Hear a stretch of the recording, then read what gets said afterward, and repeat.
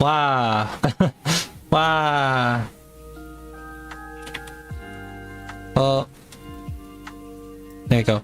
Hawa. Hey everyone. Hey. Good morning everyone. Is Kaira. Oh, my my camera is not playing with me today. I can't look at chat. There you go. Hello everyone. Good morning. It is currently 5 a.m. 5:30 a.m. My name is Kaira. I hope you are all have a nice day. Yeah, go rest. You need it. Anyway, yeah, today is the GMTK Game Jam, and I think it's gonna be either exciting or panicky. We'll see what happens. We have 4 days. It's not 48 hours like any of the past game jams I've done. So we're gonna be chilling, smooth sailing, and all hunky dory. I have a teammate for this game jam, and it's in the form of Rosie. Those who are watching in VCAT from last stream might recognize her. But yes, say hello, Rosie. It's panic time. Where's the red button? Red button. It's this thing, right? It's called stop streaming, right? It's called stop streaming. Right? Yeah. I'll go press it. I'll go press it. Hi, Mule. I'm kidding. There's no red button. There is a red button. Oh my gosh. Anyway, yeah. It's a game jam. So, for the next 4 days, I will be trying to stream the game jam, so you could see me make the game from start to finish in all 4 days, hopefully. Of course I'm not gonna work on this the entire day. That will be overkill. So we will have our chance to rest afterwards. And yeah, we're starting from scratch, nothing, and we only have template files, and we are gonna start in a bit. We will see. I'm gonna turn those captions off just in case. Welcome to Oh wait, I need to pause the music. Hold on. What? There. Okay. Am I streaming? Am I streaming, Rosie? Yes, you are. Oh, you moved. Yeah, you're good. Okay. Here you go. Welcome to GMTK Game Jam 2025. This is a crazy fast game-making marathon where you have just 4 days to make a game that fits a theme. And this year's theme is just one word. Loop. Oh. As always, how you interpret this theme is entirely up to you. Perhaps it's about doing the exact same thing over and over again. Perhaps it's about racetracks, or programming instructions, or loop the loops. You'll get a chance to explain how your game fits the theme when you submit it. And you won't be disqualified if the game doesn't adequately fit the theme. Right, so Jam submissions are now open and will close in 96 hours. Which means you can upload your game whenever you want, and then you can keep updating it at any point before submissions shut. Make sure you keep an eye on the Game Jam website over on itch.io. There you'll see a countdown telling you exactly how long you have left to submit, all the rules you need to follow, 11 days. important information about how to submit your game, and any other updates and announcements as they happen. You can also join the GMTK server on Discord to get help or to chat with fellow jammers. Right, I better let you get on. Best of luck, and have fun. Well, that's the theme. Oh gosh. Okay. Looping. Loops. Loops. I don't even know where to start, actually. I have a couple of thoughts. Mhm. They're mostly like kind of like it's mostly me thinking about things that have like come before though. Like imagine so I think the most interesting thought that I've had in mind is that like whatever that I'm thinking like hacking a because like brain, please let me get out my words. Okay. I'm thinking like Kirby Air Ride the overtop air ride, What? looping racing, but with like every time that you hit a lap, people are changing the looping track somehow. So Kirby Air Ride. Let me just write that down. I do have the thingy here in the stream for you, Rosie. So Yeah. let's see. It's not like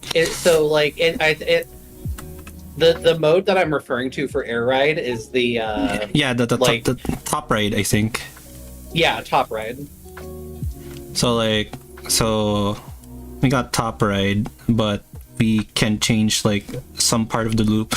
All I can think right now is like, okay, yeah, sure, Kirby Air Ride and looping, and then all like immediately after, what I thought is like something like what's the name of that game? Oh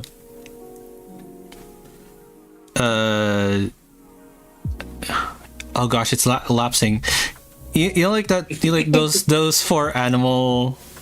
It's a 4-animal game where you keep on placing obstacles. Yeah, Ultimate Chicken Horse. Yeah. That was what I was thinking, like a racing game, but it has that instead. I don't know. The problem is, I feel like you can do something a lot more creative with looping than just a racing game. Yeah, we definitely could. Also, this one kinda is in the weird zone because if we're doing a racing game, it does imply having multiple people. Yes. You would have to have something that is like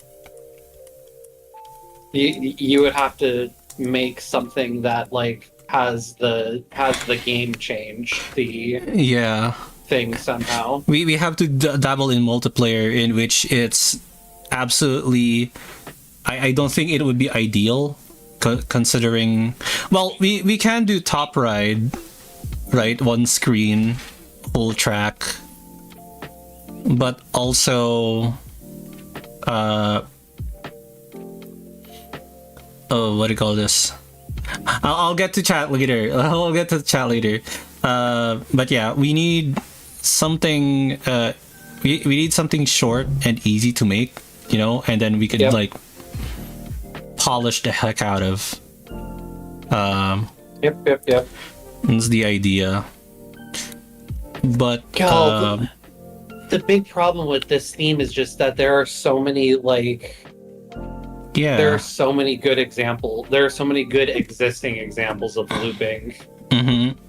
Like, it doesn't even have to follow the theme of looping. It's just the idea of looping. You know, Groundhog Day, Hades, your life as you know it, as you live throughout your own life, looping over and over again, as you know the existential dread of your life is futile, and something like that. Just make just make that Duviri hacking puzzle. The very hacking puzzle, the game. What if you make a small puzzle game? The mouse acts like as like wind. You gotta move the mouse to move physics to finish the puzzles, and the looping parts that it has a day-night cycle that loops. How the question is, how do you tie in the day and night cycle with the wind? A roguelite. I mean, I've done a roguelite before, actually, with Wish. I don't know if you're able to handle that, Rosie. Well, I am thinking of like hacking Majora's Mask with its looping. I don't excel in 3D. Yeah, we're not doing 3D. Yeah, we're definitely right not doing 3D. 2D is my bread and butter. Pixel art is always made to go on a game jam because it's easy to make. I really... Well, okay, so the concepts for looping that exist are day-night cycle. That is a loop. That is a loop.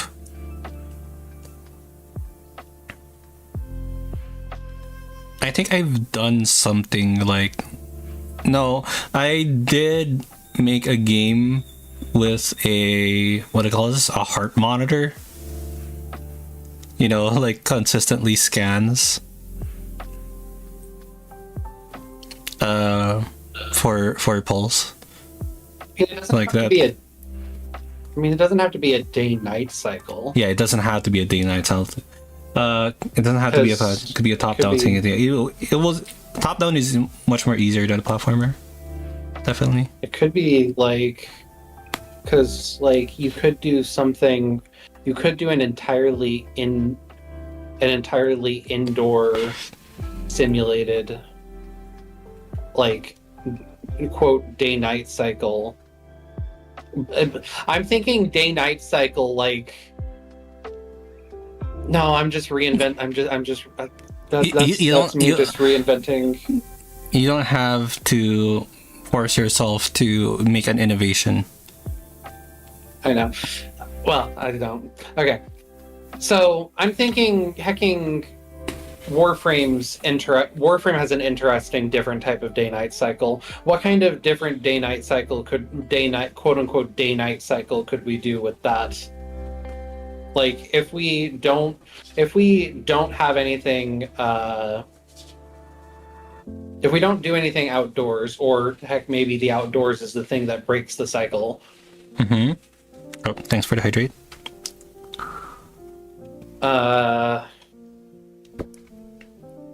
What different systems can you cycle? Water cycles? You can do water raising and lowering. Precipitation, yeah. Celestial alignment, like planets, stars. That'd be cute. An indoor thing focused on the moon.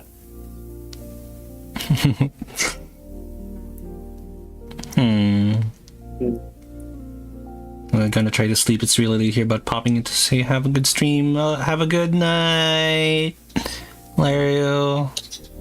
Where's my lemonade? Okay. What cycles? Electricity.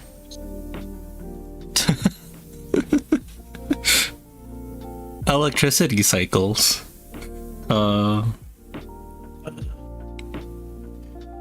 If you're the sun, what if you're the sun?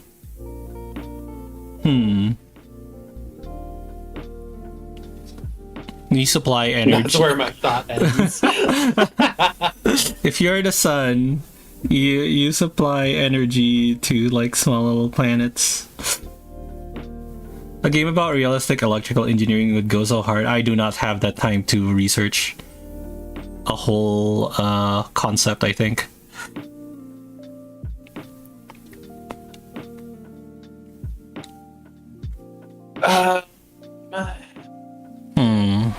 Okay. Tricky. So we have natural cycles. Those are loops.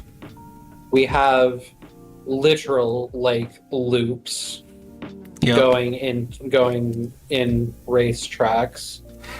Not what other kinds of loops are there? Not the clock.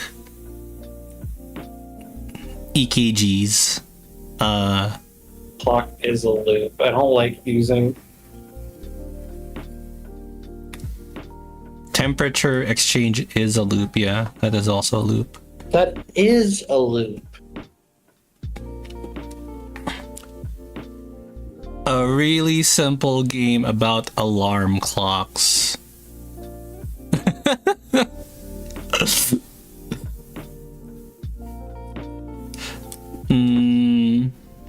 I hate that my brain made that thought.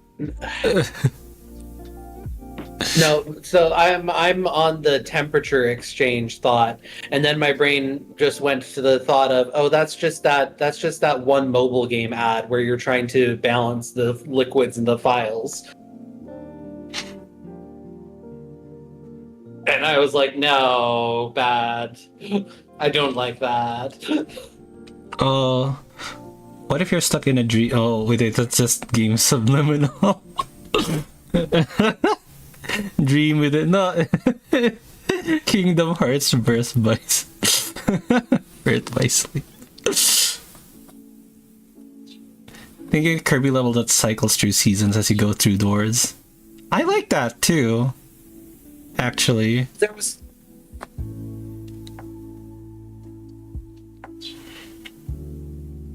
No, that doesn't work very well.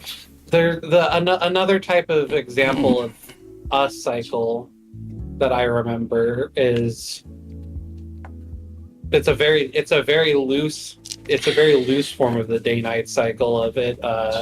Picking Mario Party 6, where the day-night cycle changes certain mini games. Interesting. I don't think we have much. I don't think we have the ideas and enough ideas to make a mini game thing. Like a micro game setup thing. Yeah.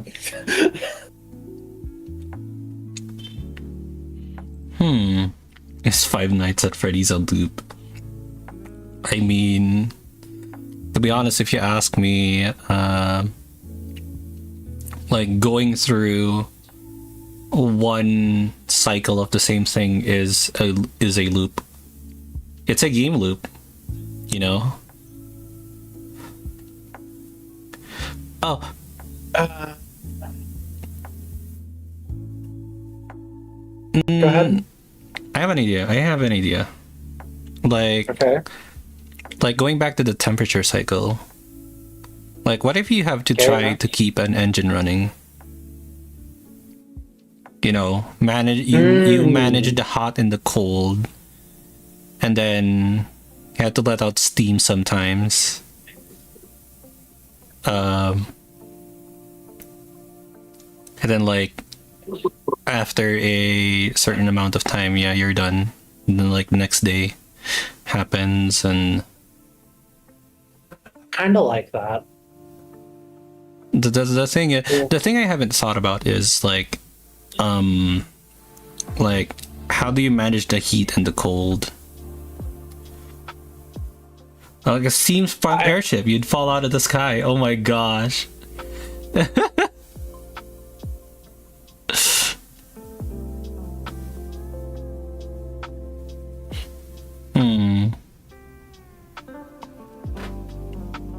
Brain, please stop coming up with cursed thoughts. Oh. You know, we're brainstorming. We're brainstorming. I'm gonna put the cursed thought out there. The thought that popped into my head was, well, you can do that. You remember those Minecraft meme videos where I'm trapped in a furnace? Yeah. Oh my god. something. I'm trapped in a furnace, or hacking.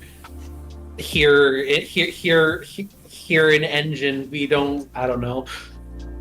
Though, okay, genuinely though, you could do something with having different tasks that happen and more tasks that open as, like, I don't know, the engine gets better as it has to go across further distances, and you have more things that you have to manage. Oh, we could. Now, we could. I have an idea. You can make the engine go further based on making your looping of the heat and cold cycle more efficient. Okay, with adding more things. That's an idle game. Yeah. I was thinking like something along the lines of that. Okay, so like you got like heat particles, right? Heat particles and then cold particles. And then you have like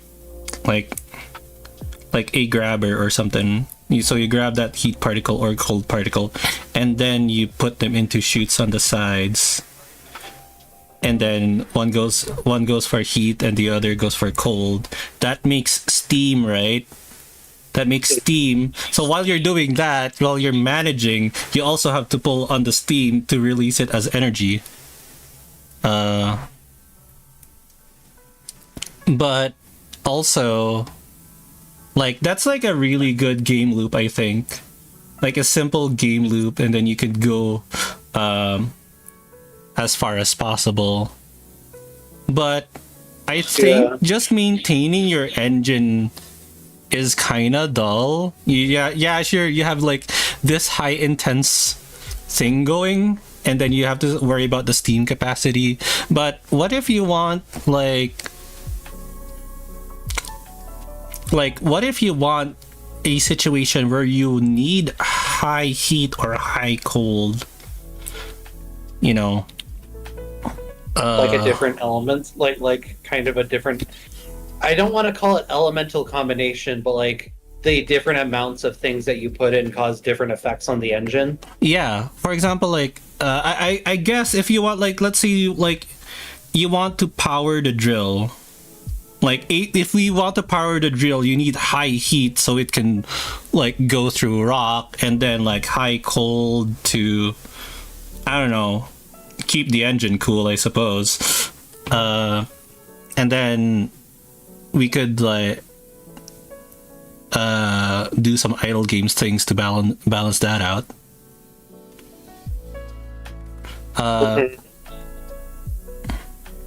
And that's what I'm thinking so far, right?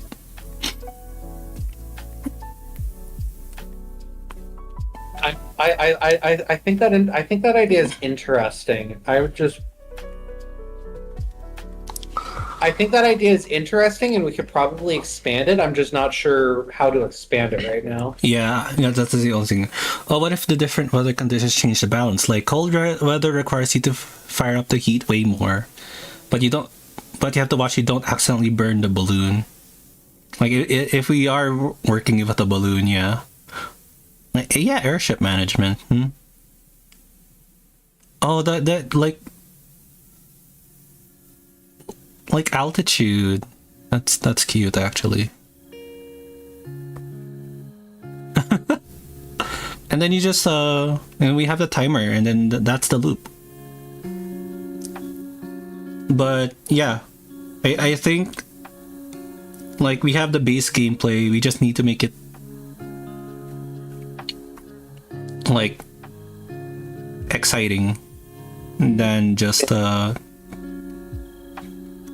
feeling tedious. I think the big question is like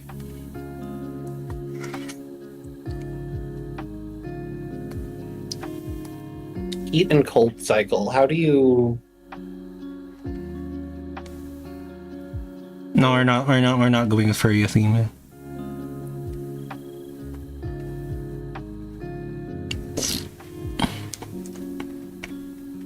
If you build the loop like a pipe dream, that's not enough information for me to understand. I don't know what a pipe dream is.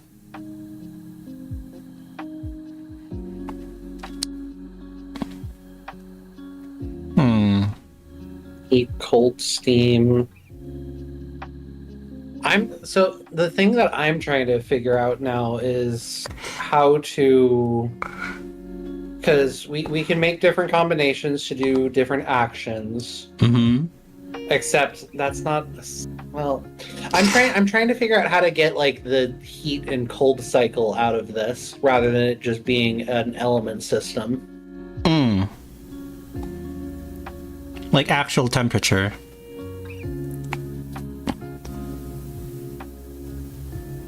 Or are you talking about like generating the heat and the cold?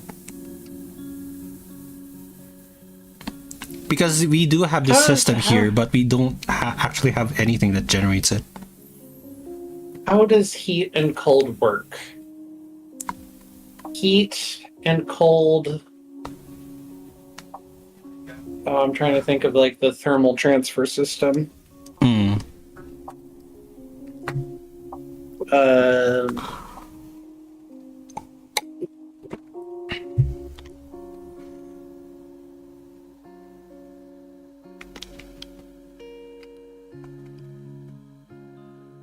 Studies heat, work, temperature.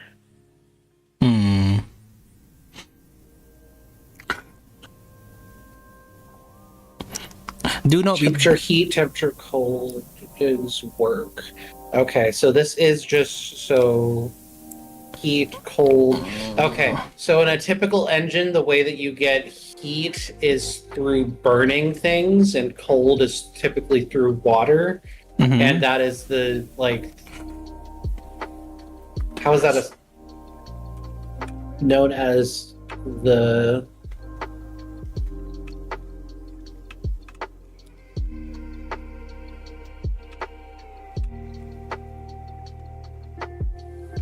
classical Carnot heat engine. That is exactly what that diagram that we just did was. Yeah, except we were just gamifying the whole heat and the cold into like funny particles.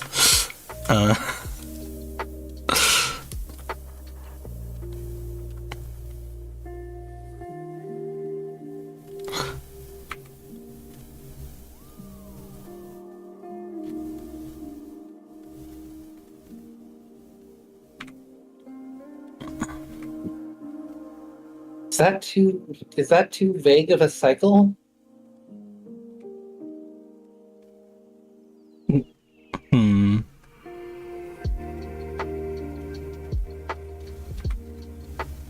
A system or engine transfers energy in the form of heat between two thermal reservoirs. Yeah, you don't have to be accurate to real life. Yeah.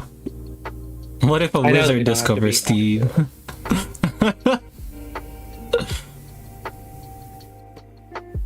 What if a wizard discovers steam? What if a wizard discovers... Honestly, I have always liked those magic, but like technology kind of thing. Like, magic has always been interesting when you can implement it in a technology in some way. Yeah.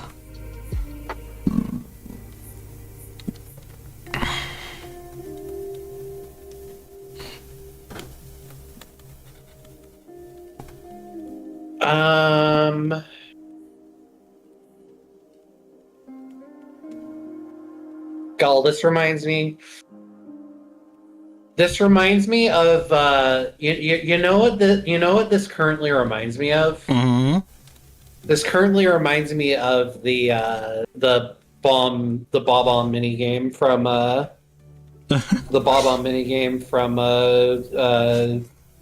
Mario DS. Oh. Basically, the way that it works is that the way that the bob-omb minigame works is that at the top and bottom of the screens, bob-ombs will just constantly funnel out of the thing, and you have to sort through the bob-ombs by color while making sure not to let them touch, because if they touch, they will not be happy. Oh my god, we're like looking for like we're absolutely I feel like we're absolutely making a panic game. Panic game. Basically, like, oh yeah, you're in the groove, and then suddenly, oh no, heat is too much. Oh no! Oh no! There's a giant cold particle.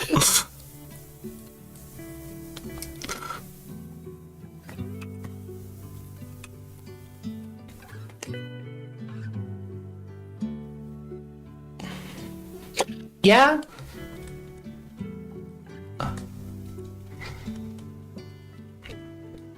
You're trying to balance heat and cold because that's the cycle. Is you're trying to balance the two. Uh-huh. And that's where the cycle comes in. And then you can, based on how much work that you manage to do, you can have different types of heat and cold particles come into play. Mm-hmm.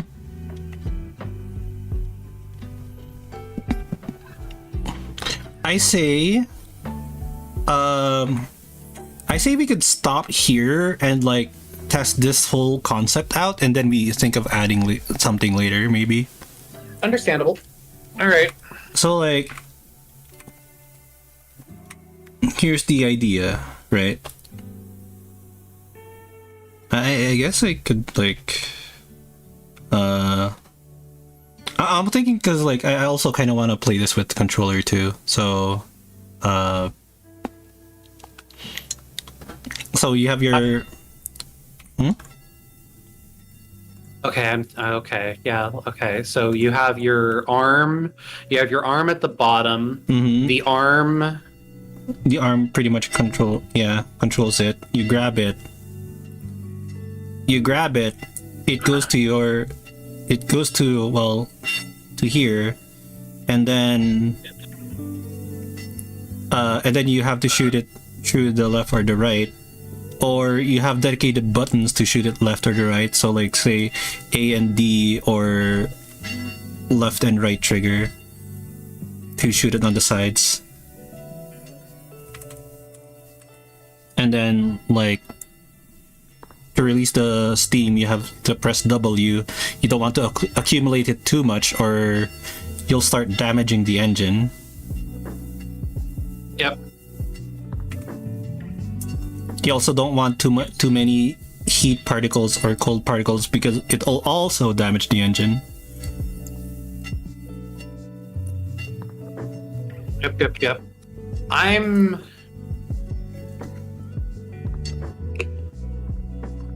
Where do the particles come from?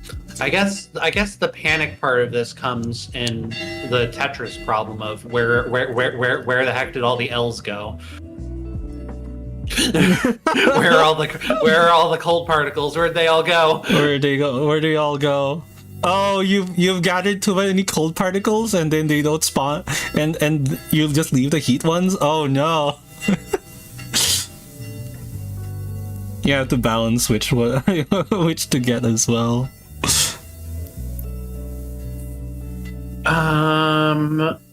Okay, so the parts of okay. I think we can build on this. Mm-hmm. I think that we can build on this. Yeah. I think that like the main the things that I think we'll probably need to really build on. Oh, see you, Lucy. Take care. Huh? What? Oh, Lucy's leaving. I think the biggest thing that might have to be worked on is just the particles themselves and how you interact with them. Yeah. Let's okay. We'll start with basic ones for now. The systems that we have to make are a grabber, mm-hmm. where the particles are being generated, the receptacles, and the distance. Yeah. Okay, which one you would like to tackle though? Because I think I can program some of these out. I think I want to like figure out the particles themselves. Like make sure that they're inside the, you know, inside the thing. Do we have is there something I can use for like a temporary grabbing, like, okay, create root node. I'm going to actually, this would be like user interface stuff.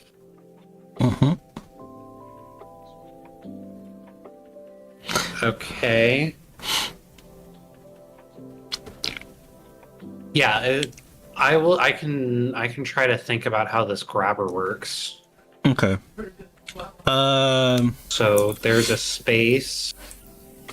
You're moving the angle. It is a fixed point for now. I do have some notes for you, Rosie. Okay. So the grabber. Well, I can give you like notes on the line at least for the grabber. So the line itself is a sprite. So it's a sprite. So the sprite can be like placed like right below the grabber and then can be stretched towards the distance to the grabber. For angles and stuff, you don't really need to do a bit of math. I think there should be functions for that. You just need to do like 2 points, and they are in vector 3.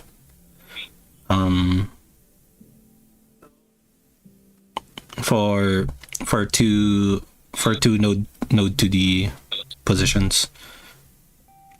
If that helps you, yeah. In the meantime, I'm gonna try and play around with physics to keep these particles contained at least. What can I use as a temporary backdrop?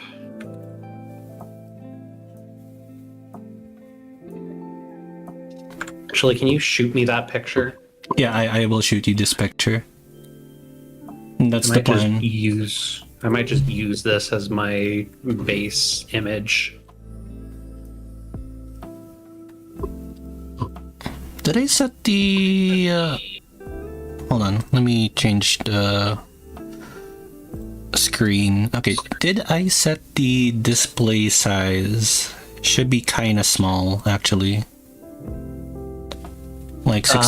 display size. You should be... Where would I see that? Project settings, under project. Project settings. Filter display window. Viewport width. I don't think it's viewport width. It is viewport width. Oh, it's currently 1152 by 648. Yes, set that to 640 by 360, and then we can scale that up later. It just to fit the pixel art style. Okay. Hello there, Nori. Hope you're having a nice day. Thank you. Carnot's conundrum. Okay. I don't know how I feel about that yet. Okay. I shall put down the tablet. And I'm gonna start making the things. Are you on your branch, by the way? I was... where is my... No, I'm not. I'm switching to my branch. Bring my changes to my branch. I'm making... Well, we'll worry about structure later. Named after the guy who came up with the ideal heat cycle. Ah, interesting. Yeah, that's what I was looking. I was trying to look up if there was like some kind of proper heat cycle so that I can in good conscience point to that and say this is what is this is the cycle being intended. Mm-hmm. So we're And not, just so build off of that. So it's not like just for our game. It's not just normal loop, but just the cycle of heat and precipitation and the. I guess that's a good. I guess that's a good point. Does that count as loop? Yeah, it would definitely Cycles count. are loops. Yeah, cycles are loops.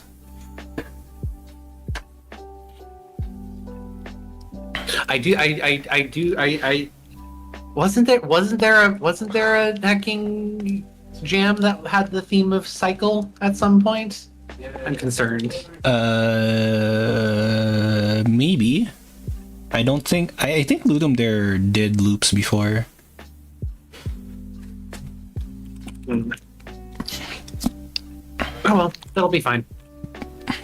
This is a neat idea. Yes, it is a neat idea. We should have discussed folder structure before we started. We have not decided on the folder structure. Oh my gosh. That's a good point. Yeah. SRC OBJ. SRC for scripts. OBJ for objects. Okay. SRC. OBJ and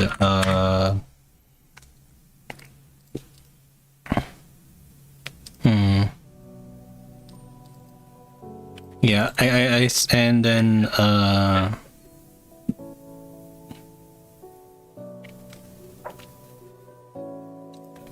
yeah, and then we'll just work on our own scenes for now, I think.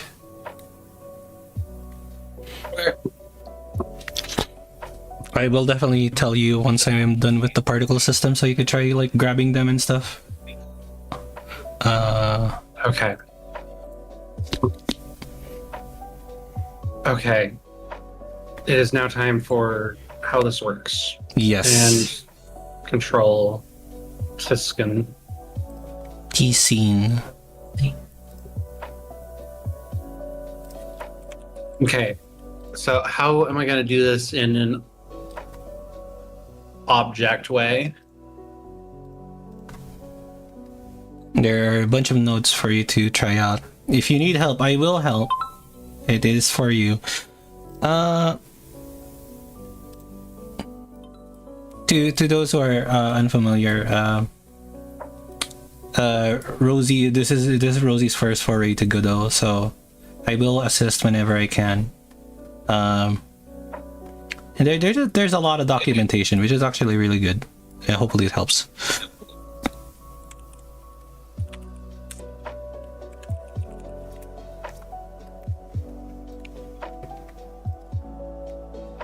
So,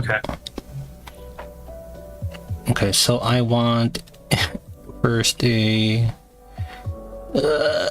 collision object. Rigid body?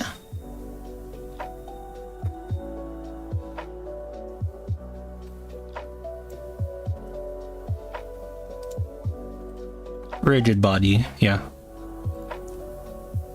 So I want a rigid body. And it needs a collision shape. I don't care about it being precise. Yeah. Not yet.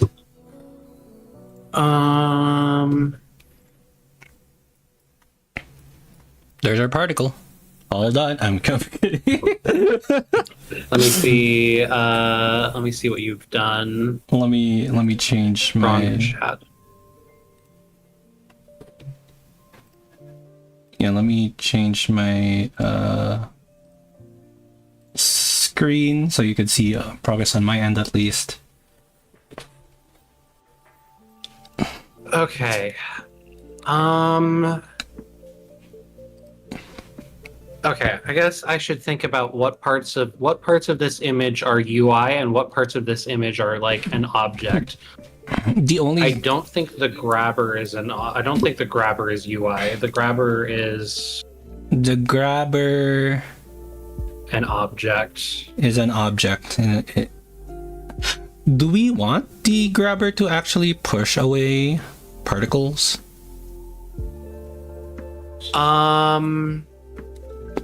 No, actually, because you cannot you cannot grab them otherwise. No, they think about it. Yeah. Okay, so I need a node 2D.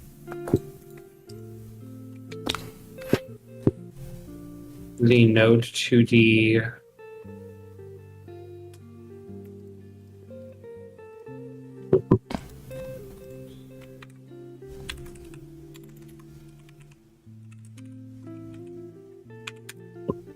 A 2D physics body that is moved by a physics simulation.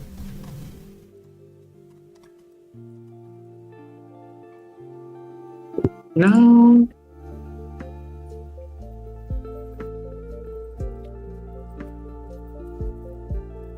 Okay, the node 2D is going to have a rigid body, though. Let's bring it to 2Ds. I don't want gravity pulling down. That's gravity scale. Where were you? Physics 2D, the default gravity project setting. Default gravity.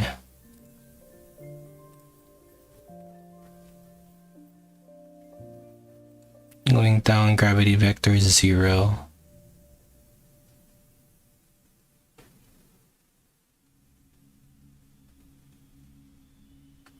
Okay, I don't want gravity for you. There are 3 people watching the live stream on YouTube. 2 now. Yeah. It's fine if there's not much people watching on YouTube. The YouTube stream is mostly for the bod, but you are welcome to always watch. Twitch is being weird about it.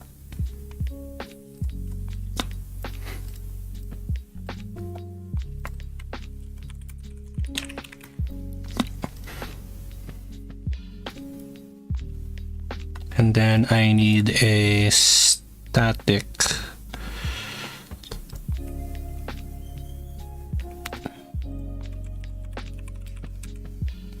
body.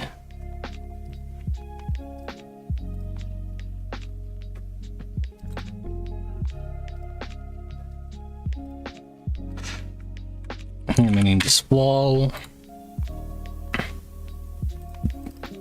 Okay, let's look at the different bodies. Let the bodies hit the flow. Let the bodies hit the flow.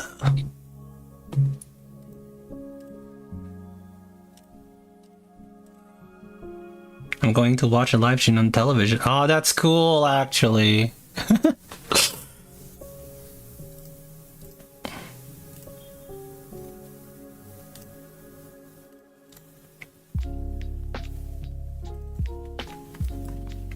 Okay, so when I'm thinking about making this, if I remember how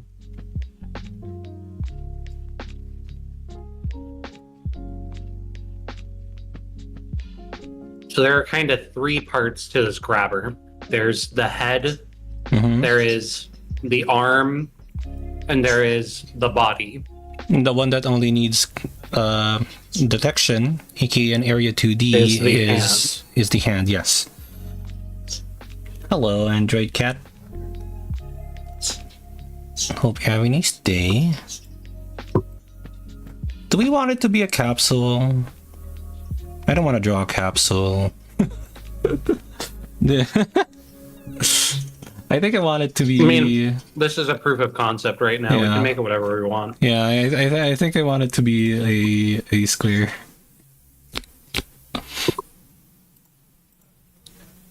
Rectangle.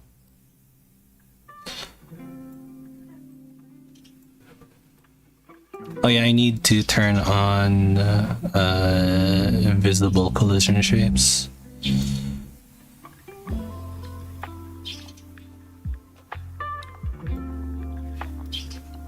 Like that. Box. Yes. No, this needs to be a collision polygon with how I'm going to make this.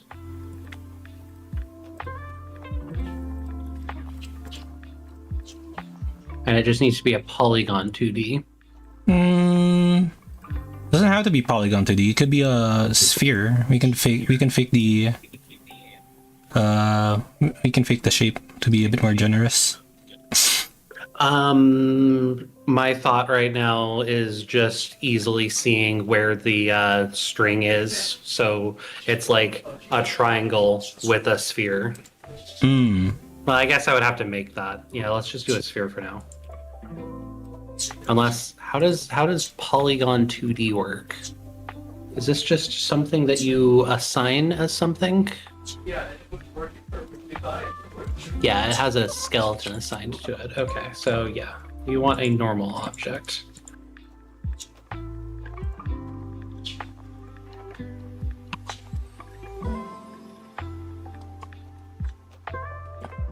Interestingly, there's not a shape 2D, there is only a collision shape 2D.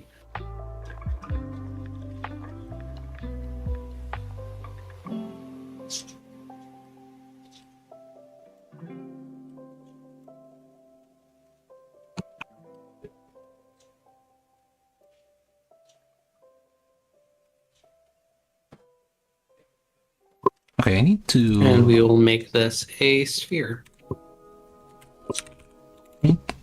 This is my first time going with custom shaped collision actually.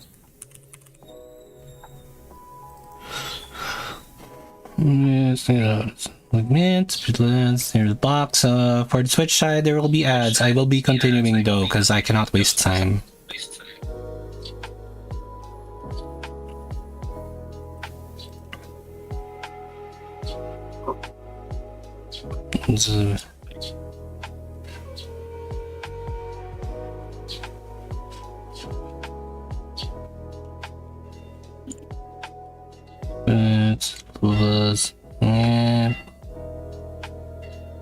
Build solids mode.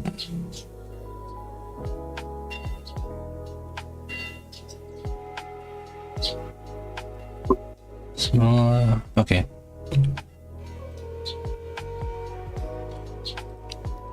What is convex? Shape 2D.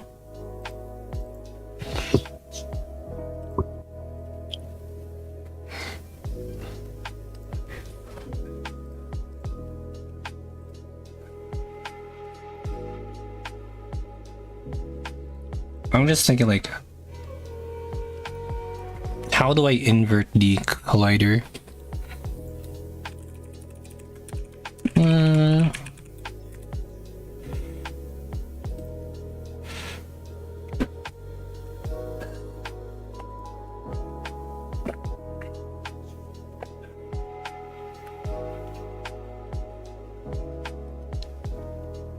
There are physics materials. I'm going to ignore this for now.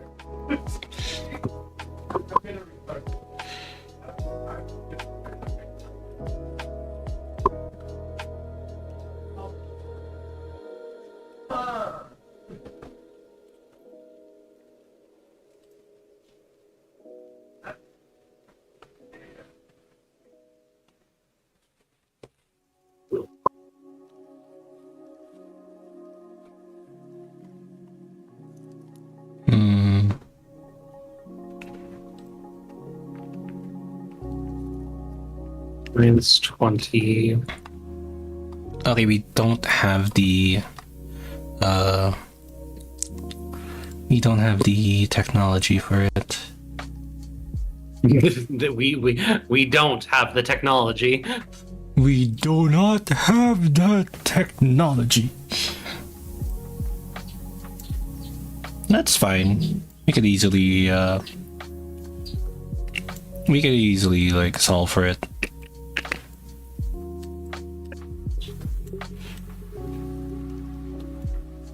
Okay, so now I need is this just another collision shape 2D that is this is a segment, 2D line segment.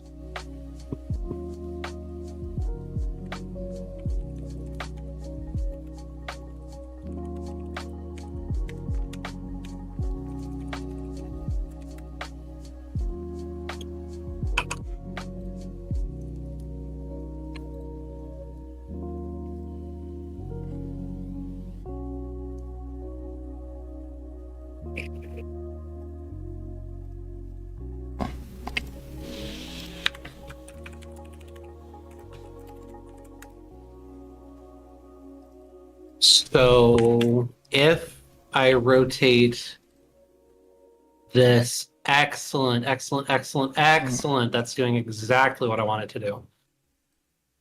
Which is surprising. That worked out far better than I was expecting it to. Yeah, Godot could be really high level. By the way, speaking of which, there are multiple ways of getting the mouse position. One is I haven't gotten to that part yet. I'm just testing to see if this structure works, which it does. Good. The thing that I need to do next is to figure out how to stretch that line. And I'm going to call this the tether. And the head is a child of the tether.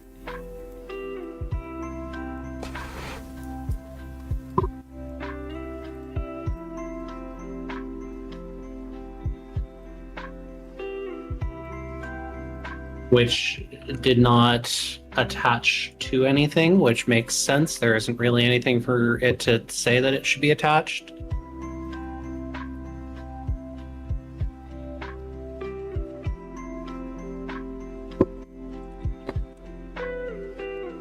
Still works, yeah. Yeah, that still works.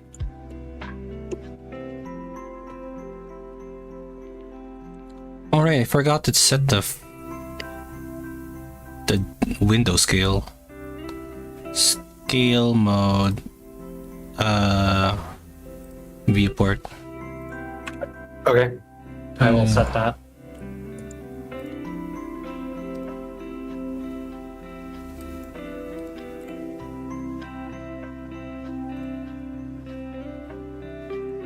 Where was that setting?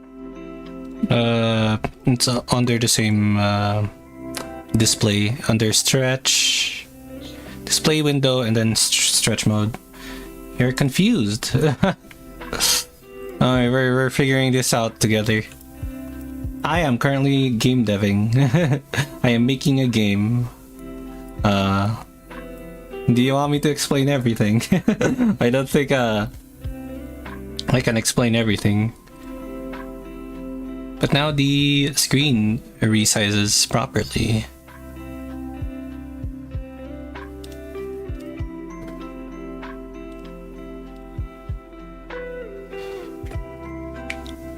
Oh, that is not what I... Oh, that's why.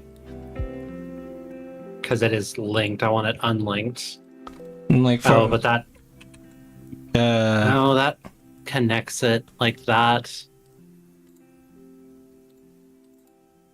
Can I unlink this to the scale of its child or its parent? Can I unlink it from the shot? Can I unlink its scaling from its parent?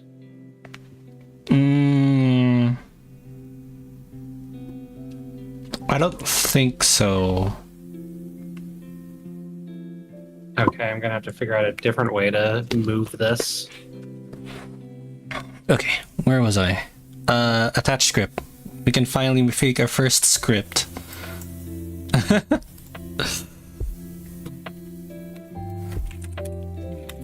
And it's the parent for both particles, of course. Class name, particle.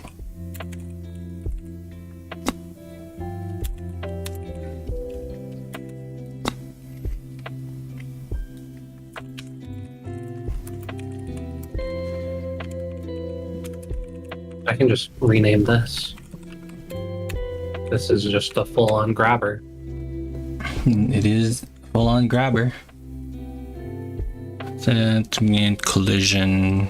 I don't need other collision layers. Okay. Okay, what does moving this line affect?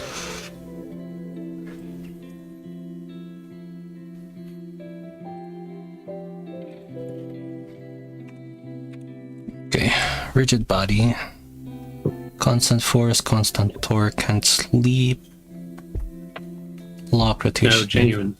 Wait, what is moving this line affect? Excuse me. Where is it on this? Some of them with linear Physics damp. interpolation. Squinting?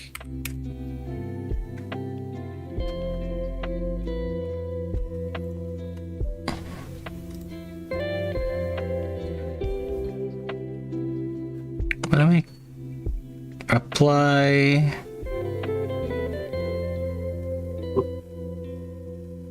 Central That's okay. That's what it's looking at. Can I?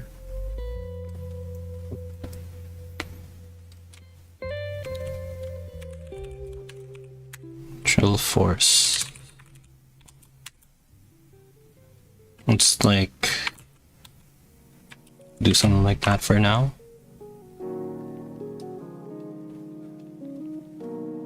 That didn't do anything.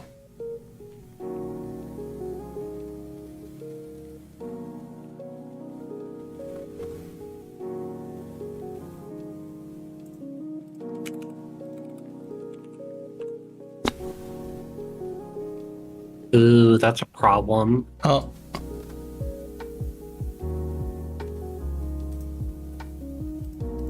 It's moving.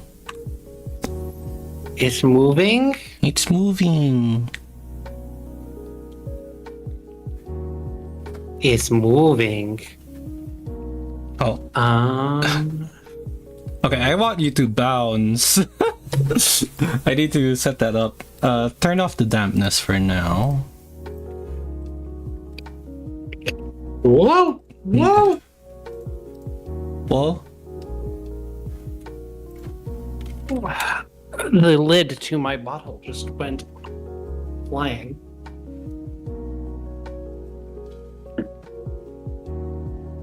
Okay, think.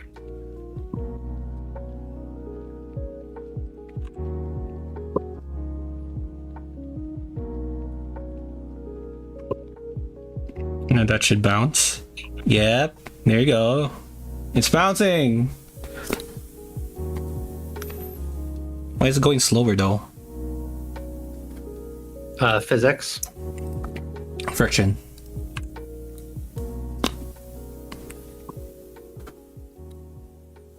You know what? 2000.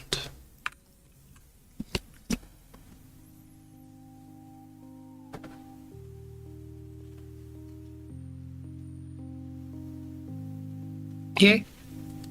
Why is it slowing down? I'm seeing that. It has to be a physics thing, because this is doing things with physics. Yeah. I'm fine with the mass. Gravity scale is 0. Friction is 0. No dampening.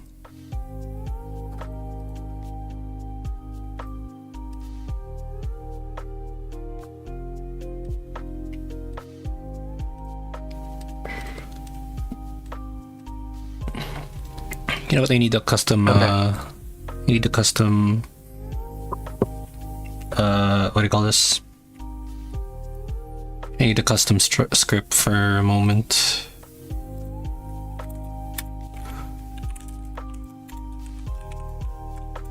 Okay. None of this part matters. It is entirely this tether, and the entire thing of this grabber is just me figuring out how to get this tether and this grabber head to be linked.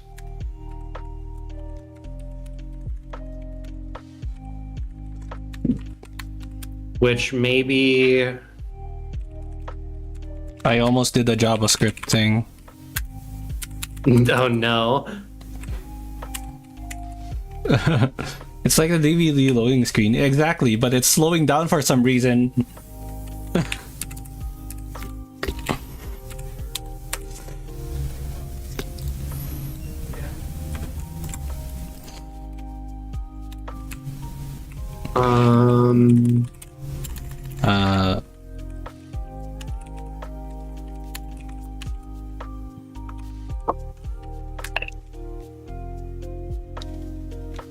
Oh, maybe it's something in resources.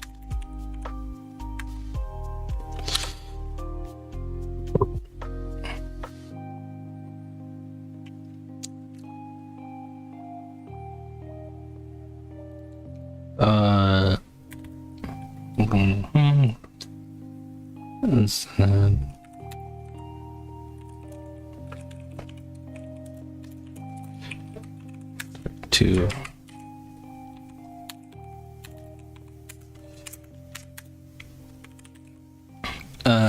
basically for the stream, I want to grab the current mouse position and then place a particle on it with random direction, so we could see like how it interacts and bounces. Right now,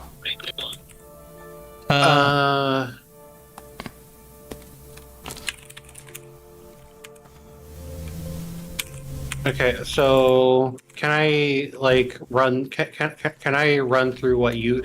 Can I mentally run through what you've done so that I can understand things? what I've done? Well, yeah. What is the board? Because I don't have a good understanding of what these object types are. That's the thing that I'm gonna have to be quickly figuring out. So right now, the particle itself is a rigid body 2D. Since it applies its forces, and the walls are pretty much just a set of static body 2D. So like they don't move at all, and for you to detect if something is nearby, is you just need an area 2D. Area 2D. Yeah, area 2D allows you to detect any bodies that come in and out, pretty much. Area 2D. Well, I know that this is going to need this.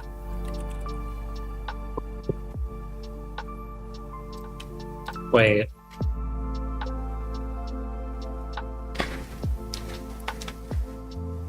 Okay. Where is the button to give me the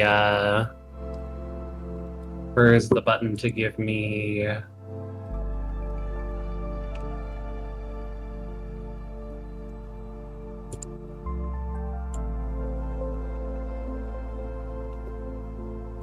open documentation? There we go. What are the flags? Duplicate flags. Use instantiation.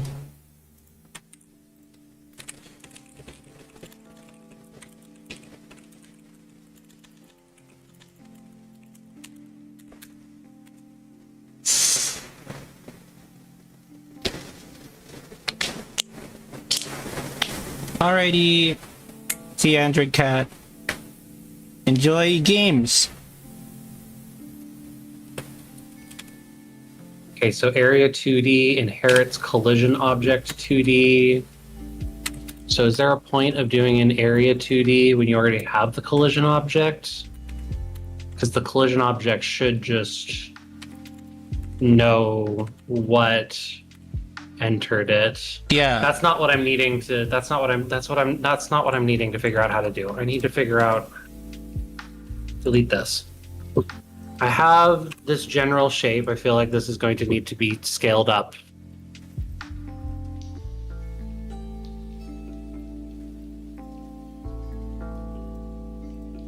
because I'm way zoomed in.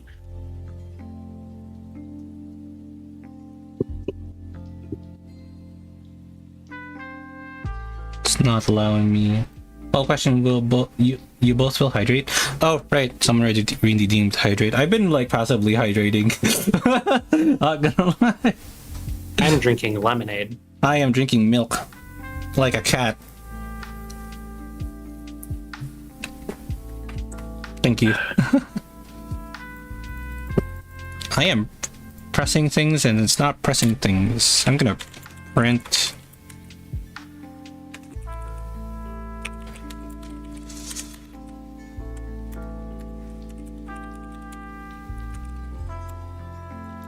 Okay, so there's a couple of, so to make this functional, the requirements are we have the lower bound, which is this has 180 degrees of freedom of movement. Thereabouts. I want the grabber head, which is a square, to look down at this circle and be like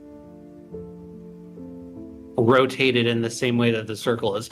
I wanted to do it in the way that like, because like this has a rotation that like this just works, but that doesn't do anything for the line part of this. Yeah, let me find it. There, I'm pretty sure that there's yeah, there it goes. There's an angle to point.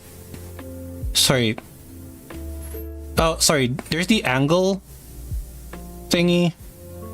Angle 2, sorry. Okay. There's an angle 2 function for vector 2. So basically it gives you a float in radians. Okay. So you could rotate the grabber thingy, the grabber line thingy towards the center point that you want. So I guess I should be scripting at this point. I have this object. I guess I should be scripting now. Yes, you should be. You should.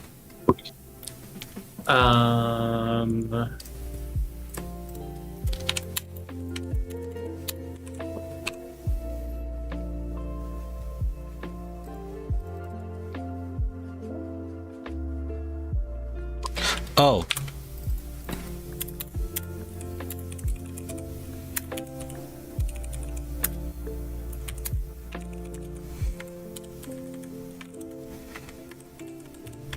Okay, currently the parts of this that are needing to be scripted are the overall object is the grabber. It is going to take whatever.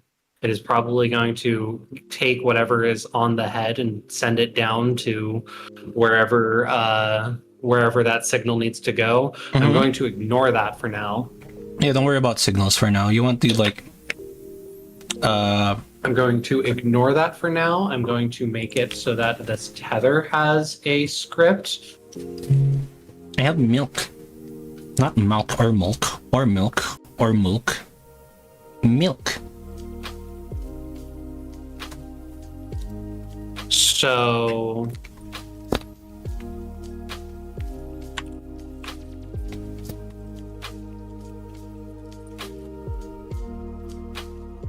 oh, maybe I should do stuff with the grabber itself. Okay. The grabber needs to have a place that it is trying to shoot. That is dictated by either where the mouse is pointing or the direction that the joystick is tilted. I think it would be we can either use joystick tilt, but we could also use like just using a position as a cursor that can be moved with the stick.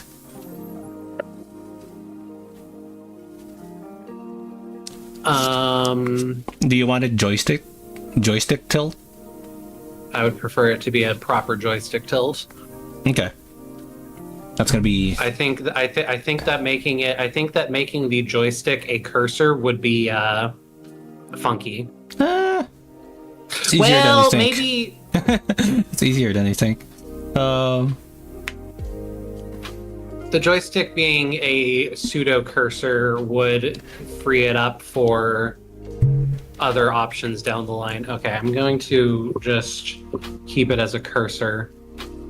So Yeah, based on like, so I need to track where the cursor is and then set on a its. click of the cursor. It could just follow the cursor. No, it is going to follow the cursor, but on click it has to extend. How far it extends, I'm not going to think about right now. It's going to extend a distance. Mm-hmm. And then at any point during this travel time, if it encounters a particle, it will grab that particle, and we will have a difficulty slider to make it carnival crane game physics. Oh, you didn't grab it perfectly? Oops, you dropped the particle. Sorry. Oh my gosh.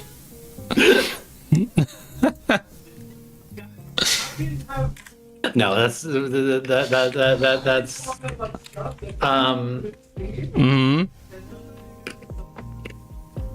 magnetizes The global position of type nil. I guess I Interesting. should have add a child node. Oh, it's because I haven't added it to tree. I'm just going to add Oh. a node. We're going to add it to the top here. Mm-hmm. I'm going to, maybe I can just move this.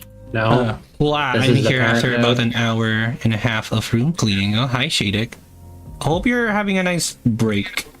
I'm pretty sure you're still not done. But yes, have a good break. Get yourself a drink. Give yourself some space to breathe before continuing. Unless I'm wrong and you're extremely strong, and you already have moved everything outside. Cool. So are you going to record a series to build this game? Yeah. For the next 4 days, I will be. I will be making this day, including today. So like, there's gonna be 4 streams all the way to the finish. Actually, I should be. I should add this to.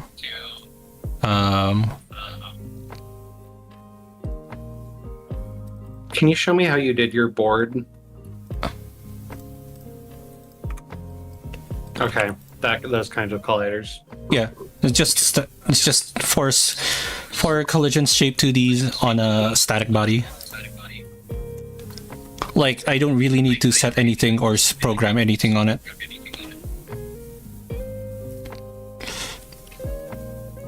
Okay, let me do something real quick.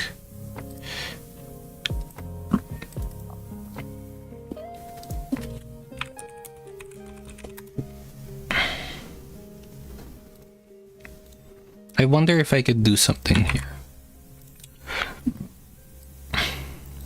Hi everyone.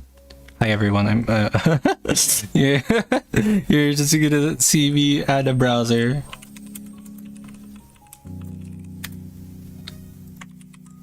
To add this thing. Hopefully it shows.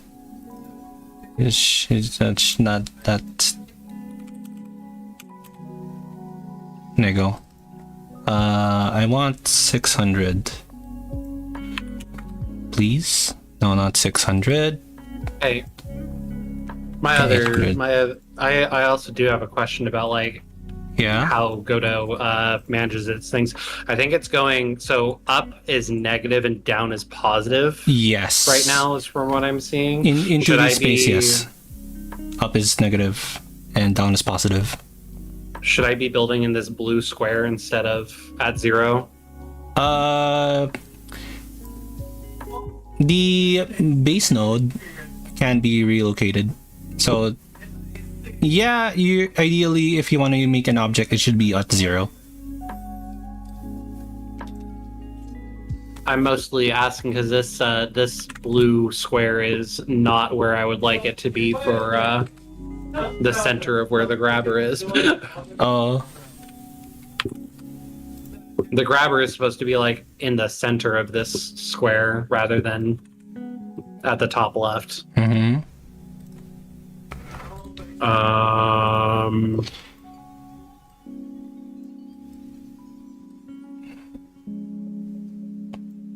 Okay, well, I guess I'll just move all these collision shapes for now.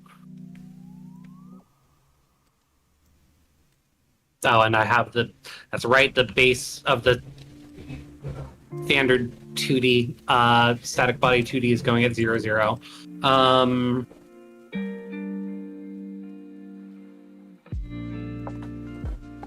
There.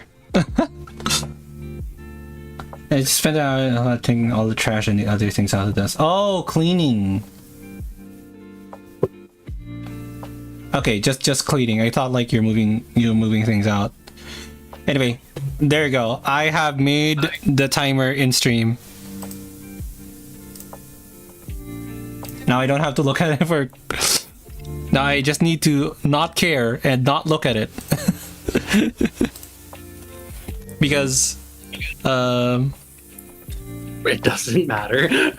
well, It does matter, but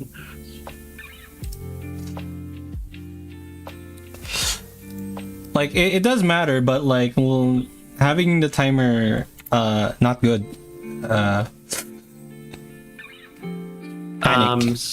But yeah, the blue square, is this what is like the scene or the window rather? Hold on, let me open your Discord real quick.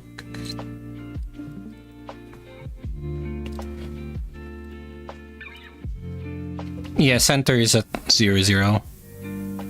No, the blue square is the blue square the viewpoint. Yeah, the viewport rather. Yes, it is. How can I move that then? Because I don't want the viewport like that. At the moment, you want to add a camera object.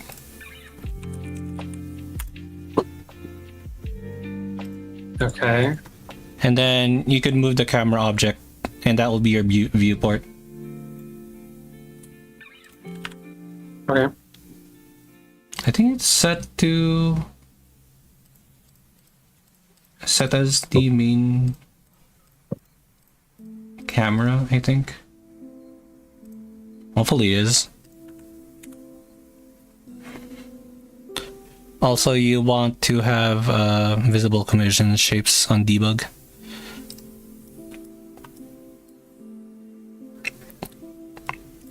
So you can see the colliders.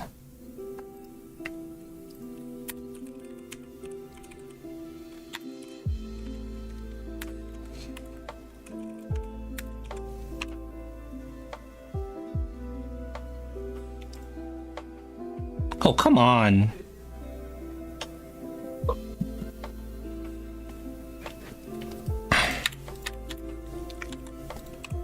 Okay, I am having a hard time detecting why are you erroring.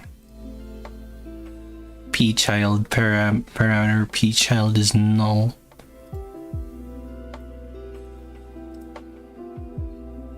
What?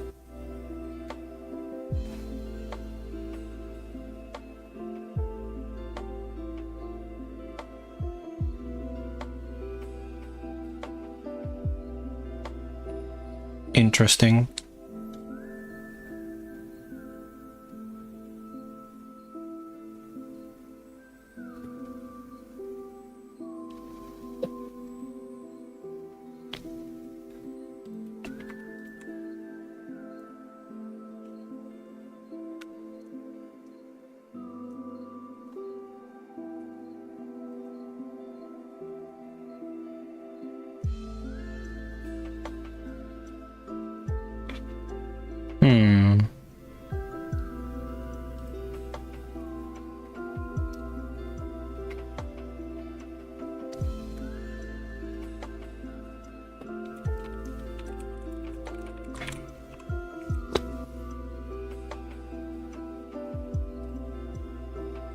Null.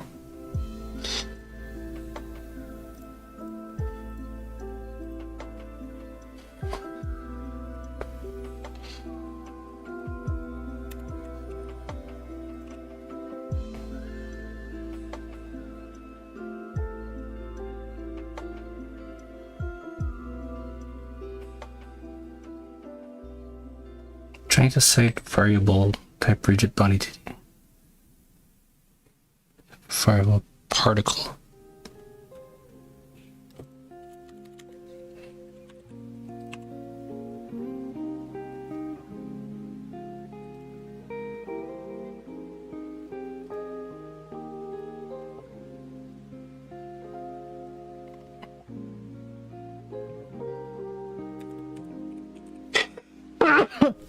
Huh.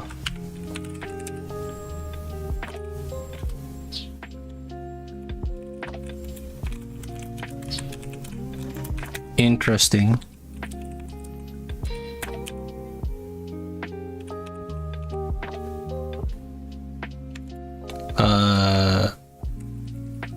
Opening a remove you from the tree.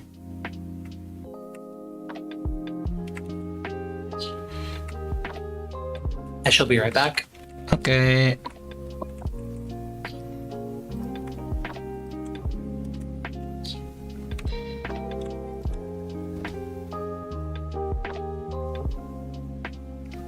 Thank you.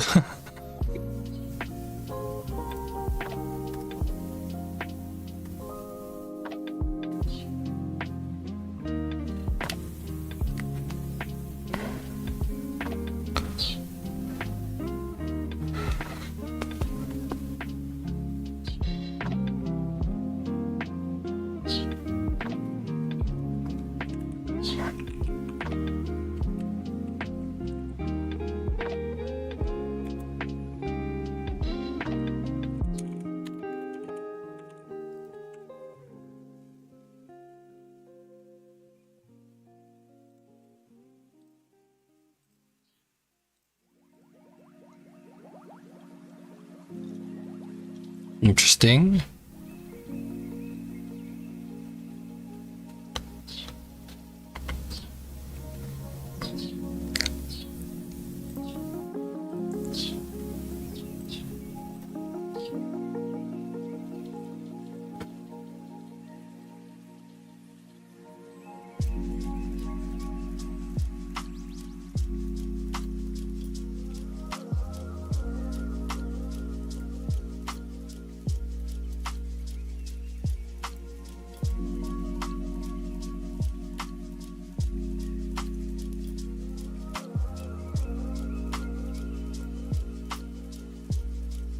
Interesting. Huh? What? My hand? Oh, what's my hand?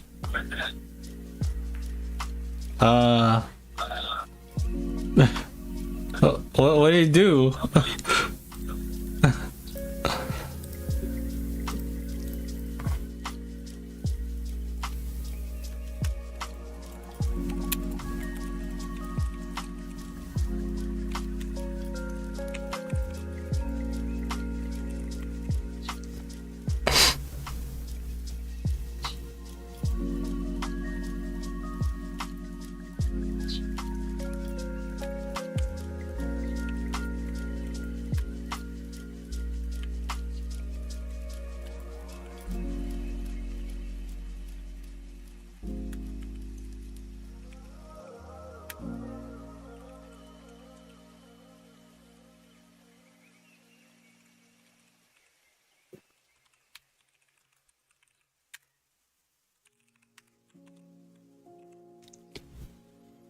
Oh, it's just kind of going back and forth repeatedly. Yeah.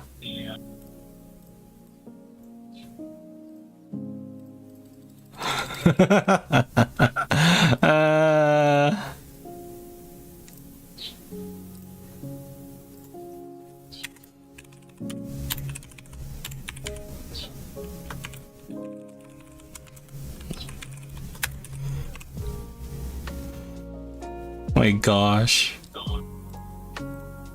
Why is it making two though?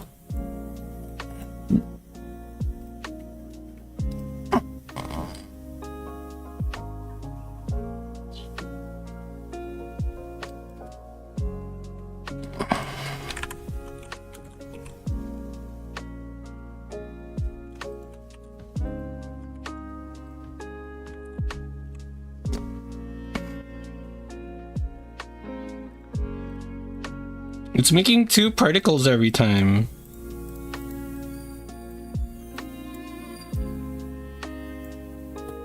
Yeah, why is it like... If... Event... Test.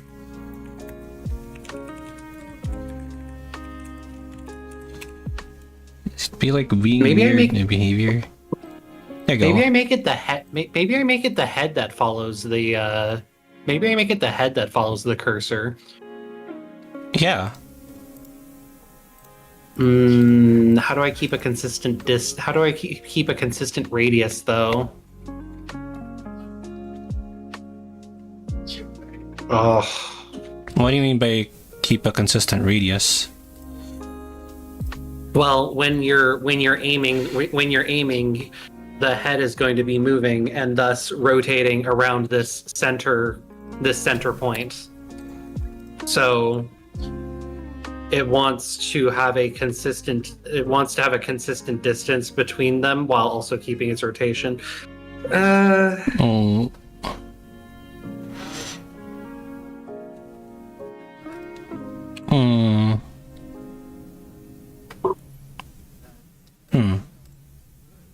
Oh, there you go.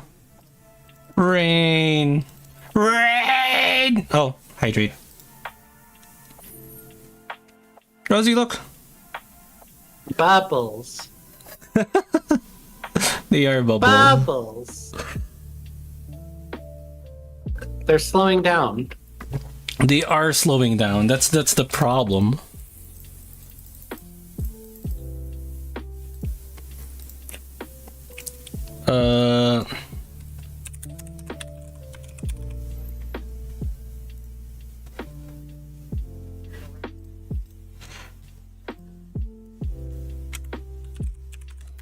Lami gogulogu guguluglu.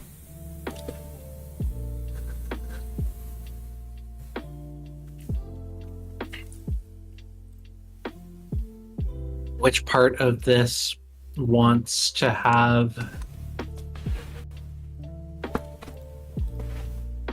Well, I guess I'll rename these L.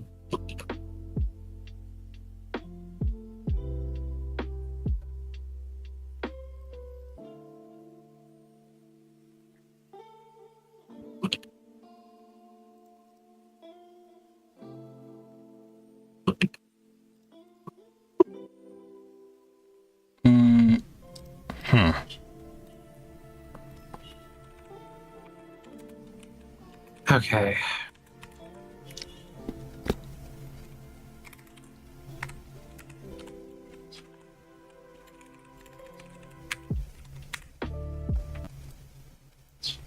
No, I think that really is just the simplest solution for this. Okay, so the grabber body, attach a script.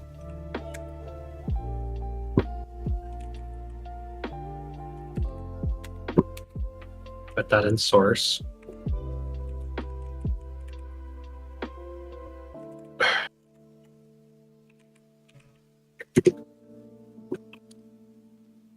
Okay, time for me to start Googling.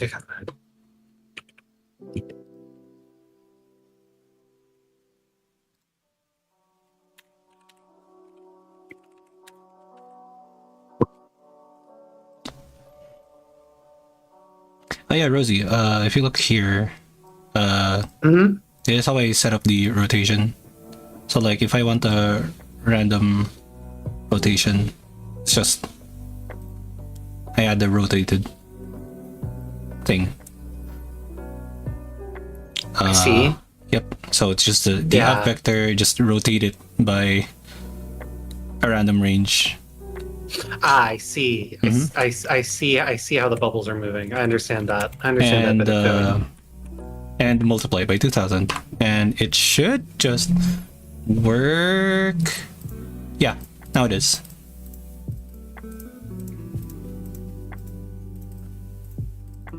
Oh, I need to set it to tau.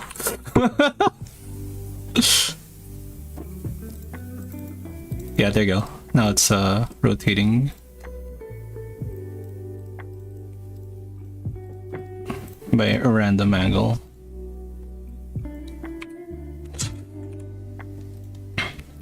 Okay.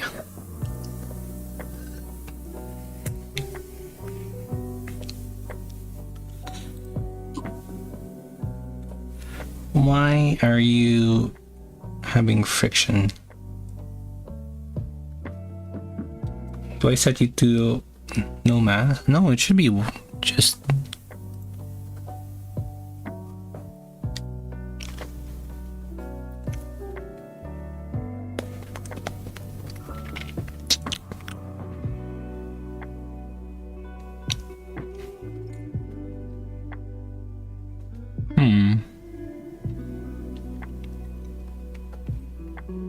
Okay, get viewport dot get mouse position.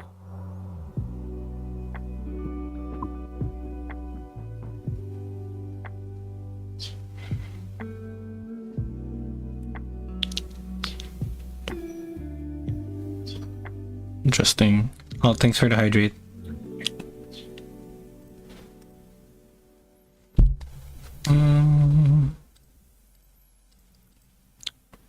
Why are you dampening?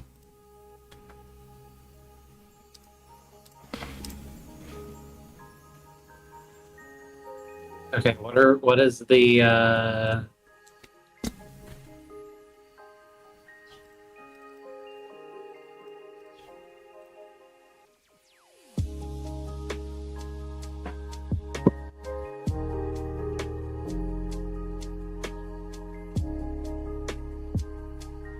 func underscore input event?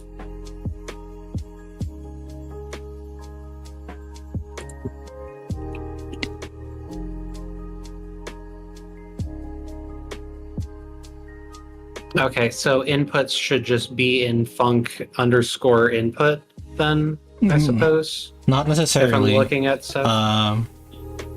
But ideally you want it on input, yes. I think I solved it, Rosie. You solved it? Yeah, it's continuing to just go at the same rate. It was trying to combine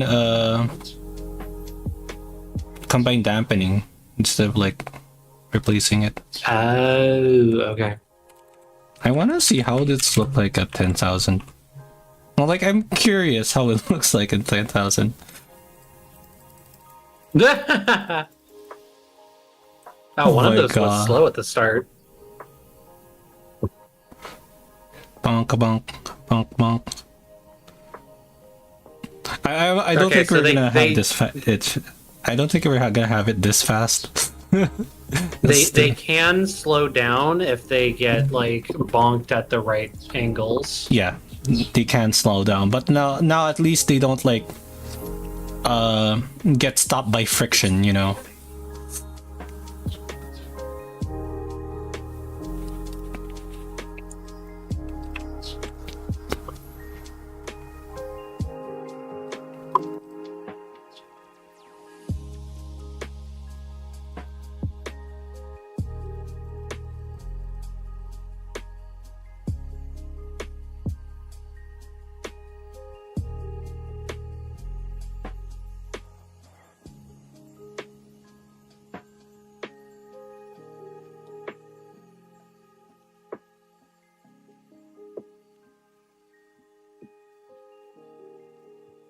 Okay.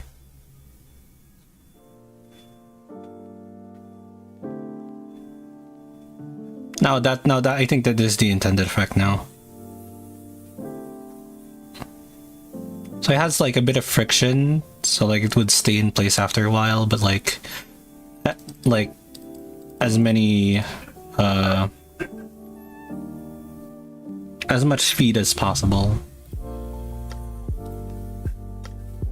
That's the idea.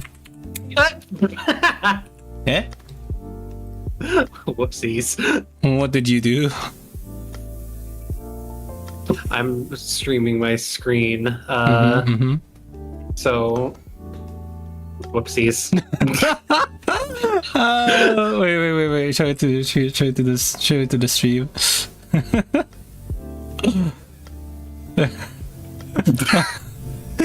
grabber just falls off.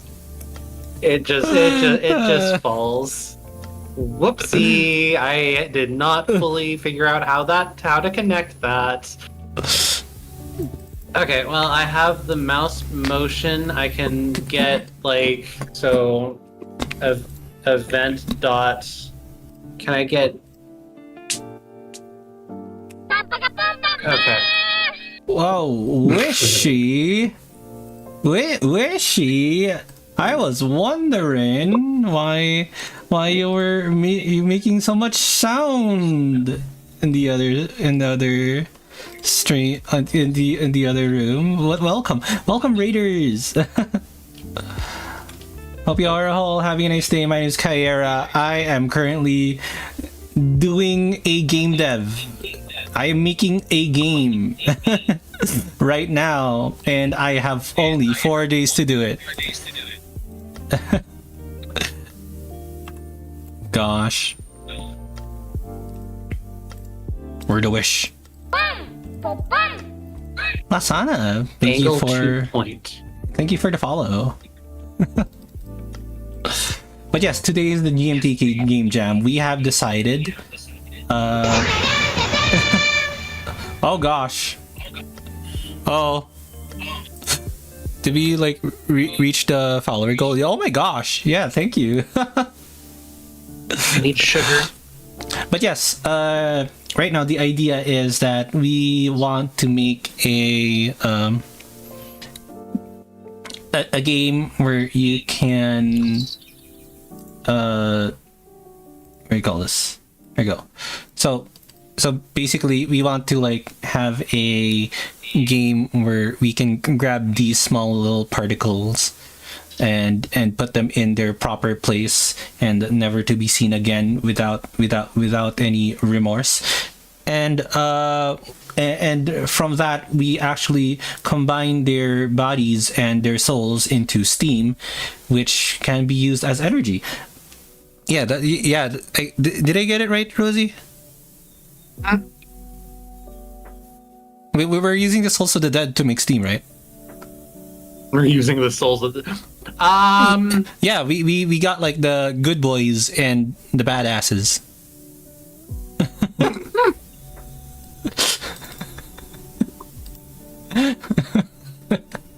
I don't think that's exactly how that works, but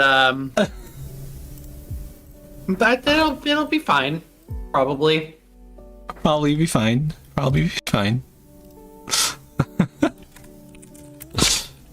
Physics process. So angle 2 point returns the angle between the line connecting the 2 points and the x-axis in radians. Illustration of the returned angle.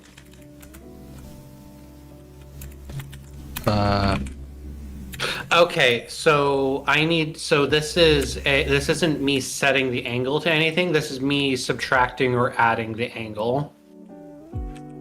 Actually, no. How does that work?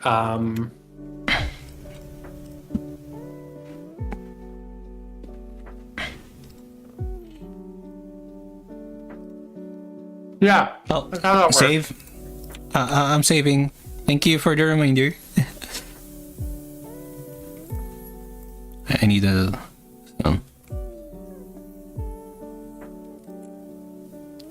What do you need help with? How do I get the node that I'm currently manipulating with my script? Current node.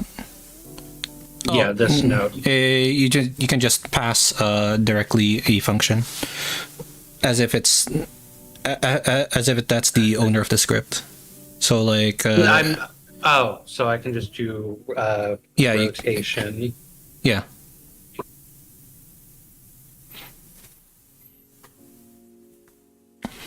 Plus equals angle to where is this function coming from? Node 2d.getAngle2 returns the angle between the node and the point in radians. Yes.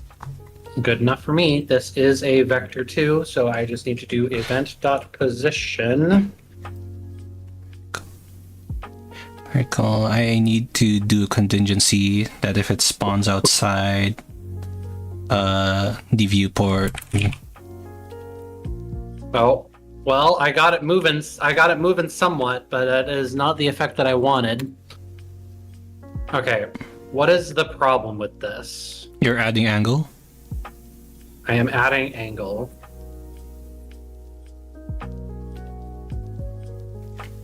You're not setting angle, you're adding angle. That's what I thought that this was going. So, according to this image, this is going. So, my understanding of how this function worked is that this is the angle. So, if I were to change the angle, then it would be like if I changed it this way, it would make an angle to go like. It would be a negative angle, whereas if I went this way, it would be a positive angle. Therefore, you would want to add.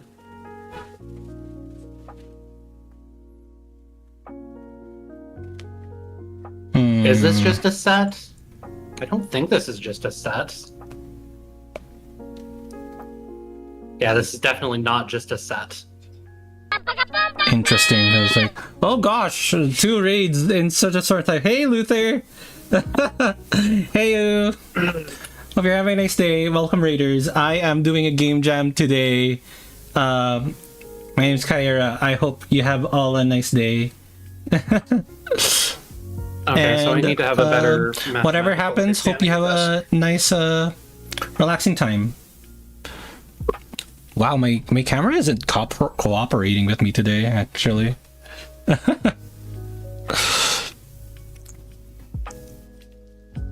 We have the angle 2 point returns the angle between the line connecting the 2 points in the x-axis in radians.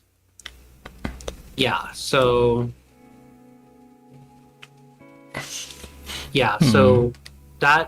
so the angle that I'm getting is the angle that I need to change the current angle by. Is this in radians? Is this in radians as well? No, this is in degrees. Check the rotation text.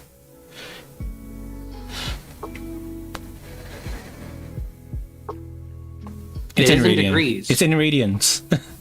Rotation in radians, it says there. Relative to the node's parent, yeah. Oh, this property is edited in the inspector in degrees. Okay, but it is in radians. Yes. Because it's easier to understand in degrees. Okay. We do have a degrees to radians function, by the way. Dead to rad. If that helps. I need to grab the current viewport. Rectangle. There it is. That's that bar on. Yeah. When ready, variable angle. This is not efficient. This is not efficient.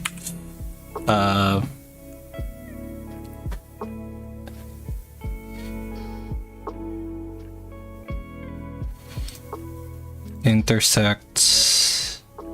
Does it intersects another rect? And intersection. No. What do you have? Encloses. There it is. I would expect this angle to be a lot higher.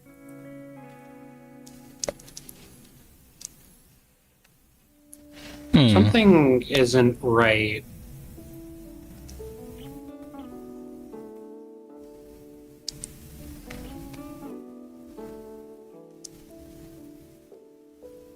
That's odd.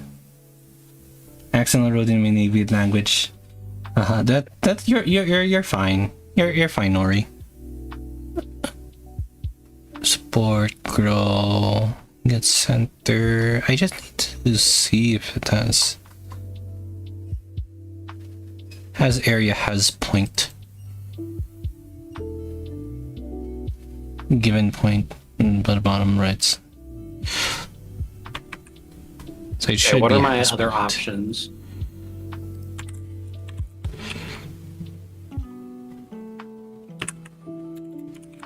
Maybe I just need angle 2.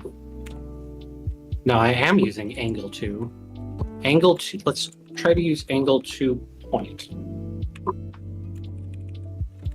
Okay.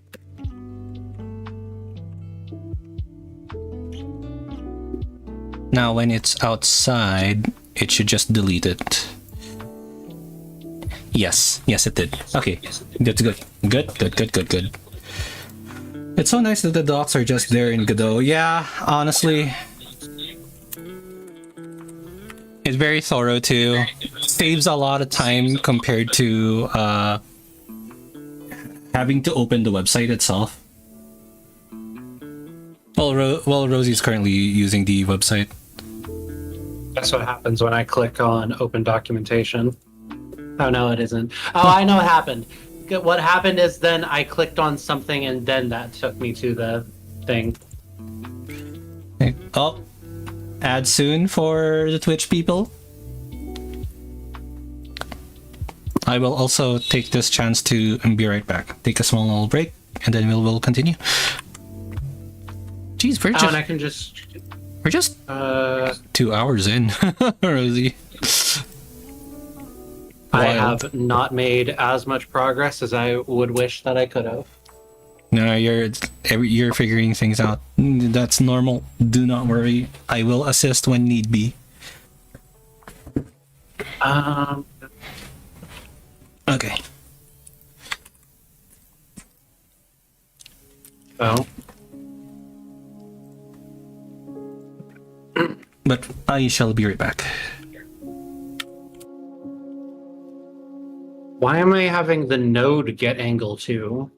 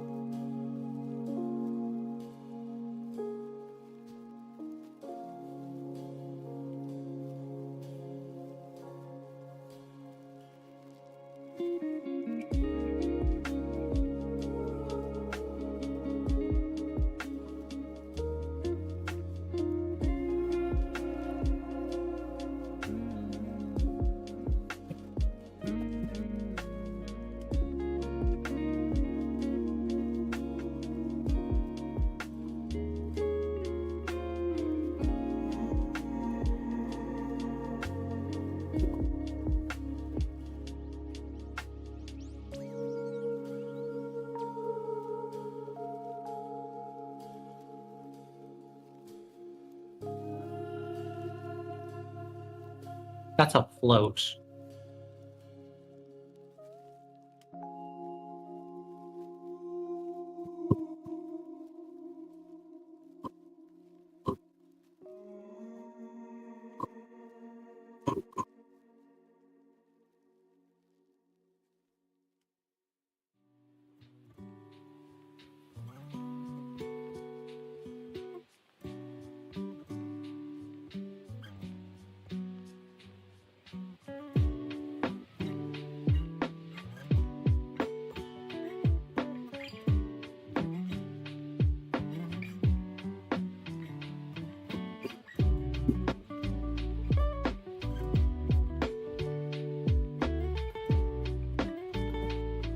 Okay, what are the things that I have access to right now? I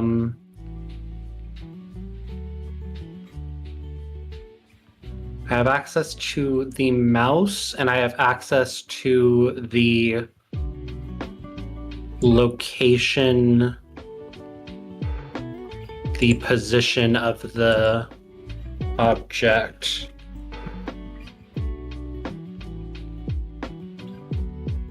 Except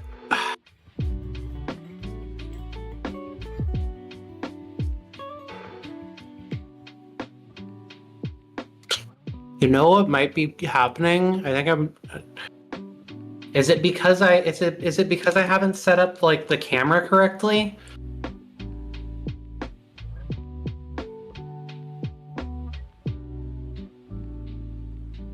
It might be because I haven't set up the camera correctly. How do I set up the camera to be this is the viewport? Hello? Hi. Hello? Hello. Hello? You need help?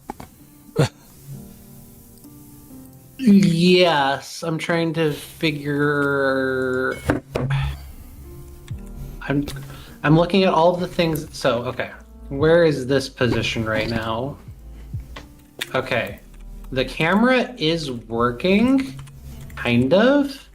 Where is the top? Okay, so this is the top of this. So then we have, so I know, okay, so this should be 0, 0 over here. This is around this would be around 320 out of 640. Mm-hmm. Okay, so what I need to do is I have the position of the dot here, and I have the position of the mouse. So I need to make... Oh, I think I know what's the problem, maybe.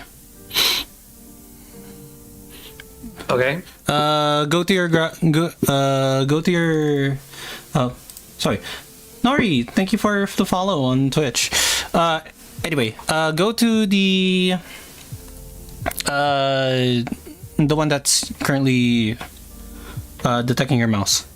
The script that's detecting your mouse. Okay. Is it grabber body? Event is a mouse motion. You don't use event.position. Use get mouse position. It's just base.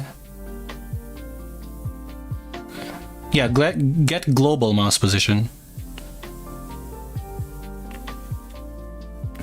Fair enough. Hopefully Twitch is still working for you on the TV.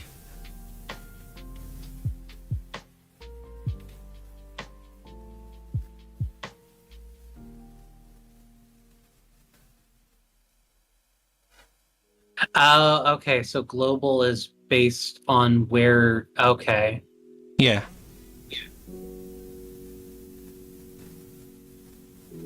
So now if I'm going to do this, I can do, no, that's going to screw things up. Rotation equals get angle to get global mouse position.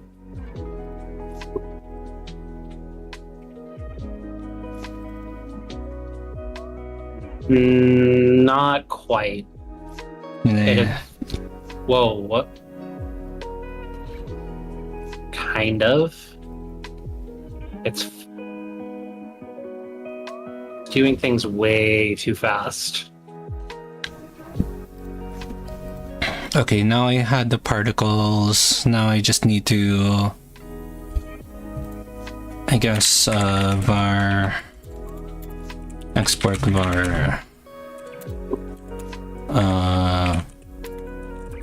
enum type heat cold.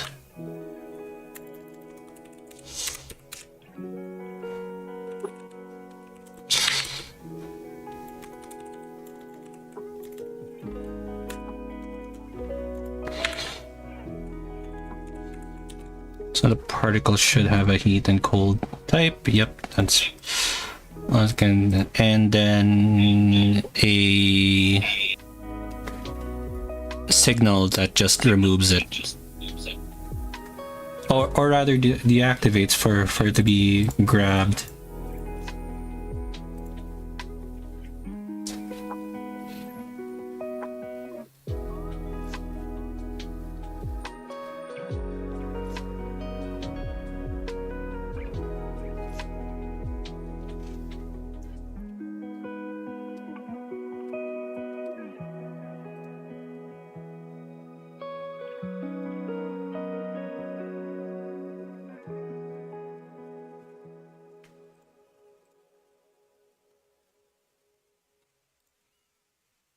Function, I guess freeze. Can't really.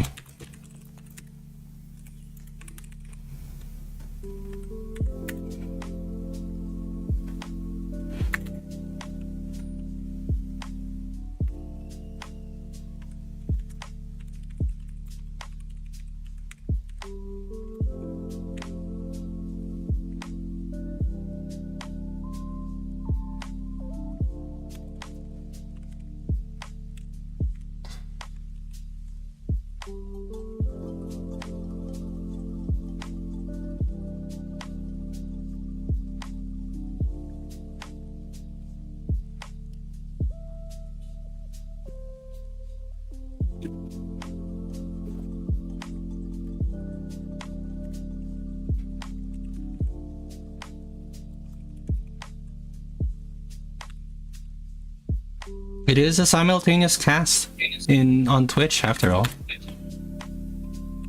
But event.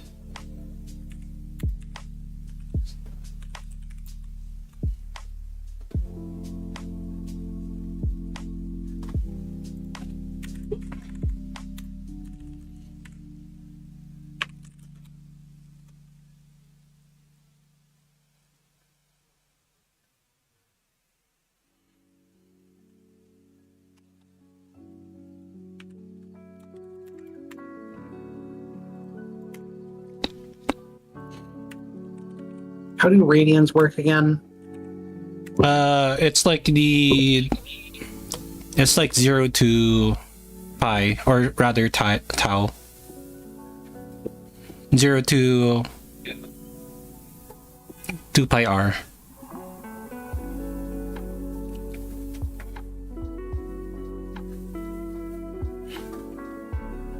I say use the degrees to radians function if you're having a hard time grasping that. I usually do. But why would I? It's they're both in radians. True.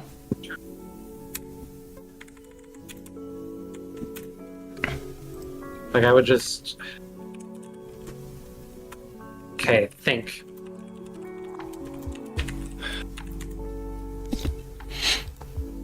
I know where the point... I know where the point... I know where one point is. How do I make a vector? How do I make a vector 2?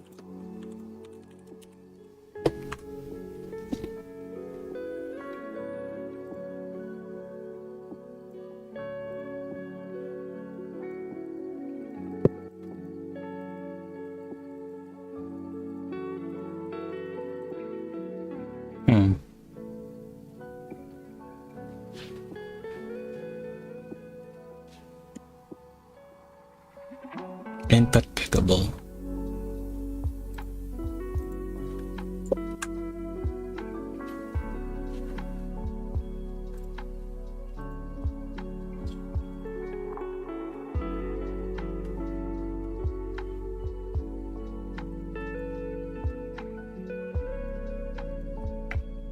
Oh, I'm C++ing.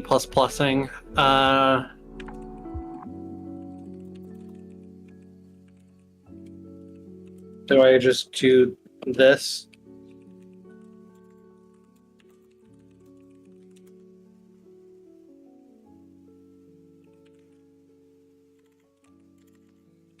No.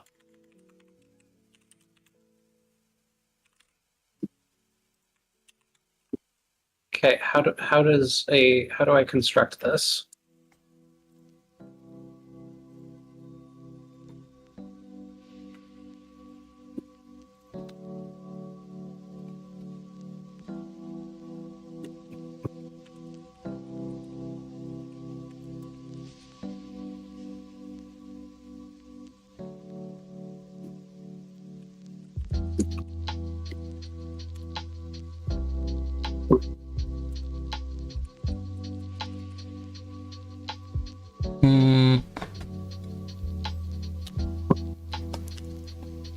Oh yeah, I heated up my pizza. It got really cold.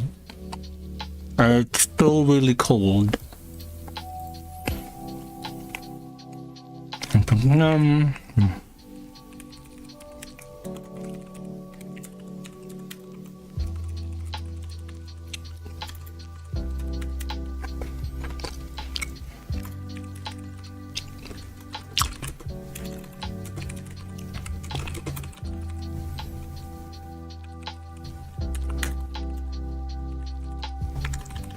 That doesn't work still.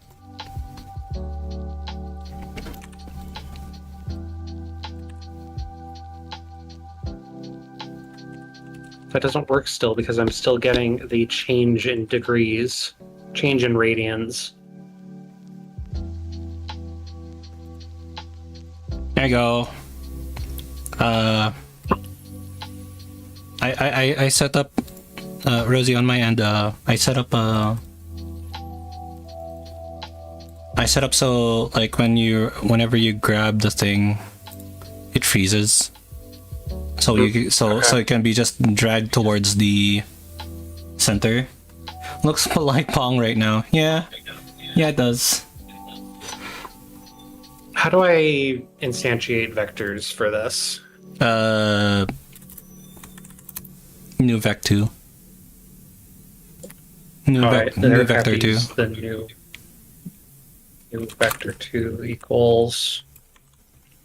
Sorry, it's not new vector 2. Sorry, not new vector 2, just vector 2 as a function.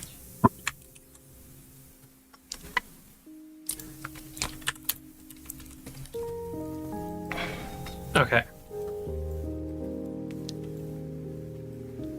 I tried that though. It was complaining. Although that might be me doing things typed, because I'm used to doing things typed. I'm also doing things typed. Well, okay, tell me what I'm doing wrong here. Oh, wrong one. Because it does not like me doing this.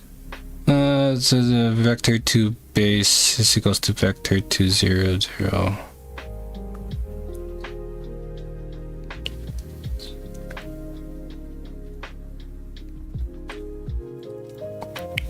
Wait, what? Oh, What am I doing wrong here?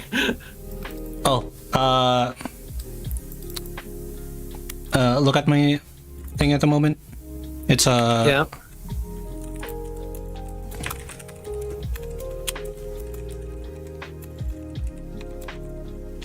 hang on. I have to do. Yeah, you have variable for declaration and then colon typing. Wrong side.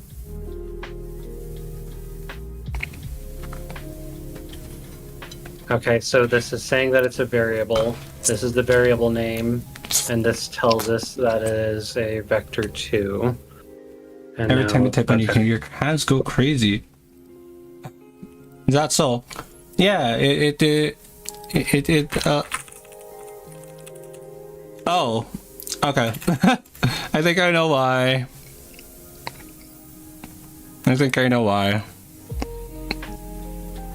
Just the position of the keyboard is not correct. I will correct that after stream. I will correct that after stream.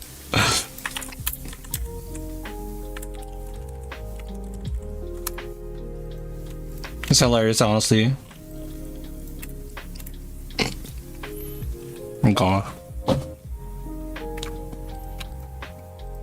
Okay, the particles are done. There's a particle spawner. There's test particles. I need to make it a. I need to make it a separate node. Actually, it may be a good idea. Since we're not gonna include this particle spawner.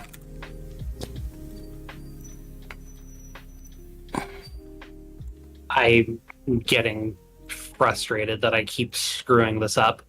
No, I'm so sorry. Hydrate. This should be an extremely simple thing, and I keep screwing it up.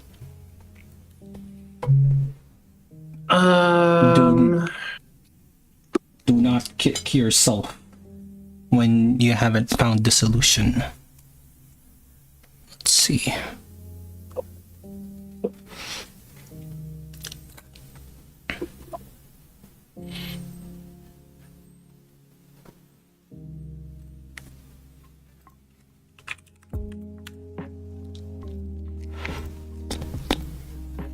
Okay, well, that was not the solution.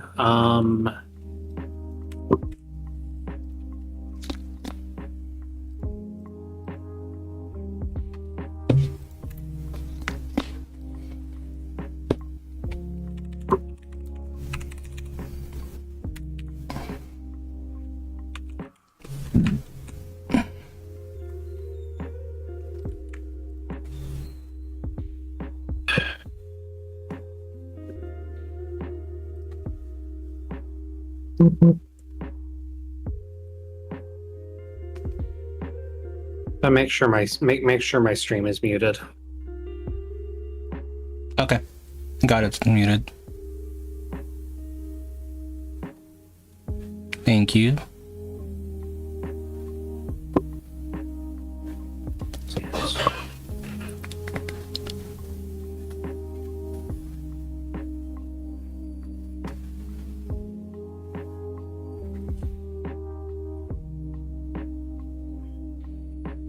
Yeah, it's supposed to do like typing animations, but my other arm isn't not aligned correctly, so it looks like really weird when I type.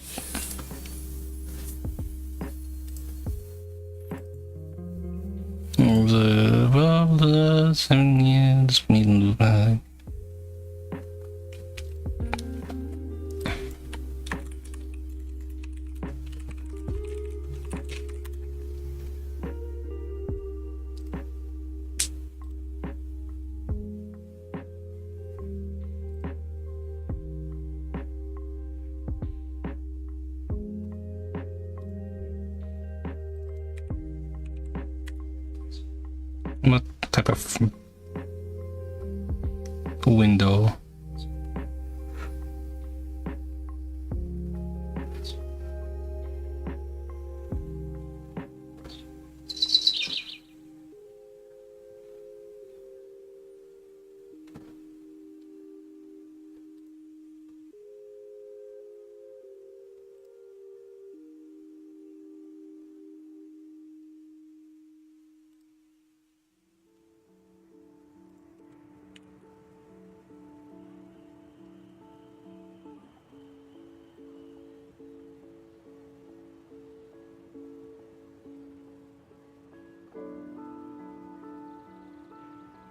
I've spent way too long trying to do it like this.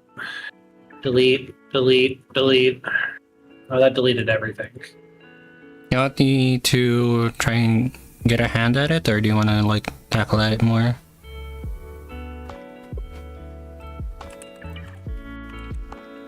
Delete. This doesn't do anything. Can I delete the script, please?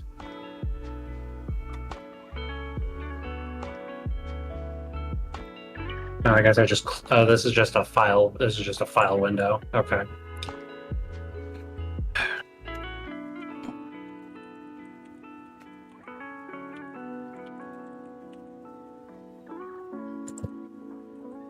Okay, well, if that way doesn't work, what is the other way that I can do things?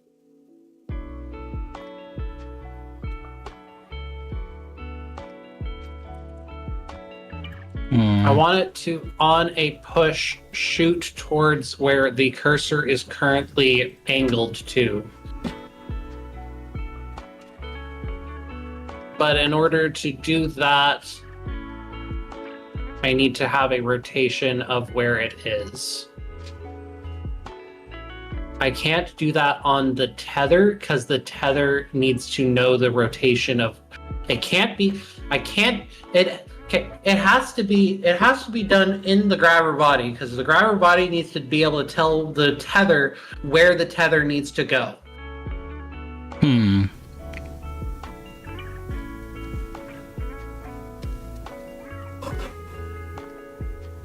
Grabber body tells my. Not to mention the fact that I have to figure out what the problem with the head is.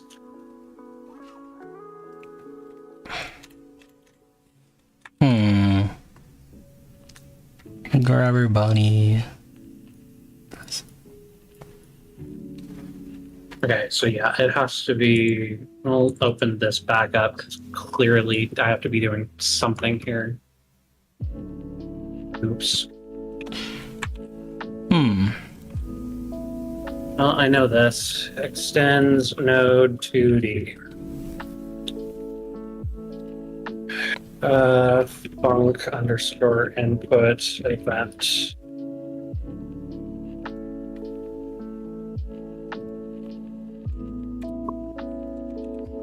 And we know that the func underscore input event is mouse motion, which locks it into mice for now. I'll figure out how to get this to work for controller input at some point.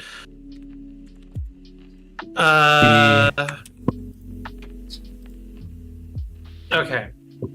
The way that I am currently trying to do it is by utilizing the fact that if I rotate the angle, the body itself, the full contraption rotates.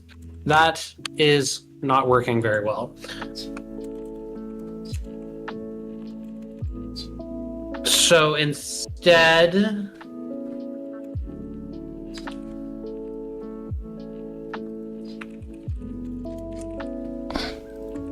I need to because the way that I want this to work is that this rotates in this area, and if the mouse is already in the area, then I don't need to do any input management for that. But I just need to have the rotation work. Are you rotating the body itself? Currently, yes. With this rotation. And then once this is here, all of this stuff ideally should be rotated in the correct ways, and then we're going to set the we're going to deal with making this segment the way that this segment is most likely going to work is that I'm going to calculate where it is on the wall, and I'm going to calculate the angle that it is. Oh gosh, the angle that it is currently at is going to keep adding with delta time. It's going to keep adding itself to where its B point is, hopefully dragging this square along until the square hits a wall. And once the square hits a wall, it will retract.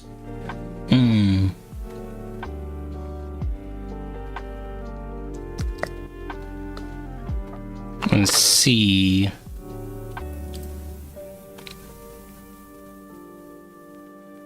Okay. So Problem is that I can't get the rotation in the first place to be working. yeah. Well, And that is kind of the cornerstone of getting the line that needs to be drawn to the wall.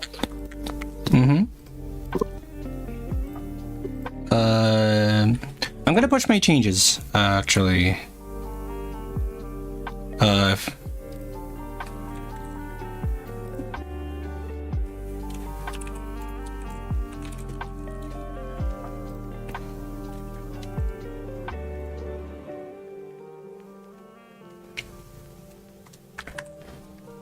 I'm gonna push my changes. I'm gonna merge it to main.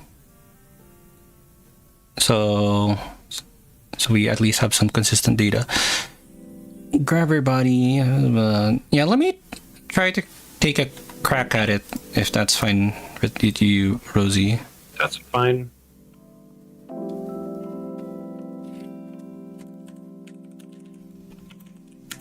What am I missing for this angle?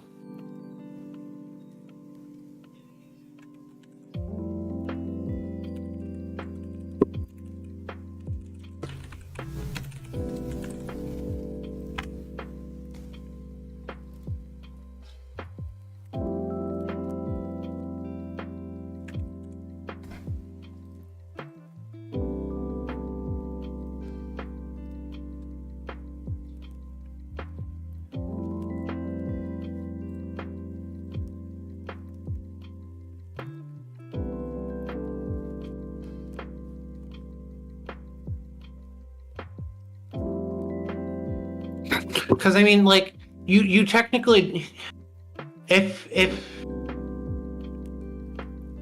because A is never, for the tether part, which is just a segment, A is never going to move. Ideally, it's just B that is the point that is moving, but the problem is that you need to have a stable. Actually, hold on a moment. Actually, I don't need to do any angle stuff for the tether. If I can just get the angle for the body working, the tether is extremely simple. Yes. Alternatively, the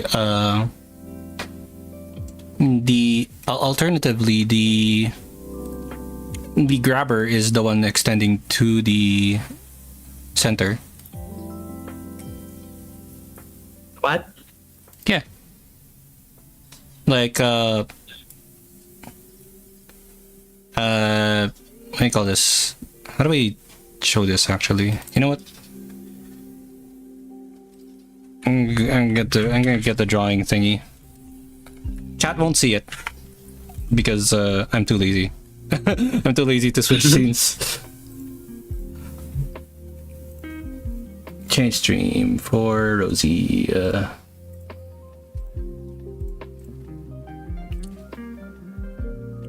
Okay. You know what? Actually, no. Chat should see it. Chat should see it. Chat should see it. Okay.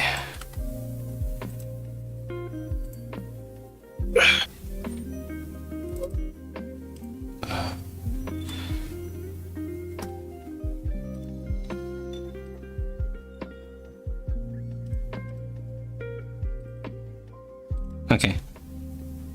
Chat. No, the chat should see it. Okay. So, well, what I mean is like center, right? Center. Yes. Center. That's always stationary. And then the grabber. The head. Yes. The head is the one that's rotating, and then it just extends towards the center. Except if you do that, how do you keep a consistent distance from the center when you're doing the aiming rotating? Since it's already like so if you're doing it that way, draw the line again. Yeah. If you're doing it that way, trying to get it, how do you calculate? How do you rotate it around the center without changing the distance from the center? Rotate without changing the distance from the center. So in my case, if I use this example, this is how the grabber is functioning. If I just rotate this constantly stays at the exact same distance away from the center. And it's only when you click the button that it should extend and change its rotation. Or not change its rotation, but extend and change its distance from here.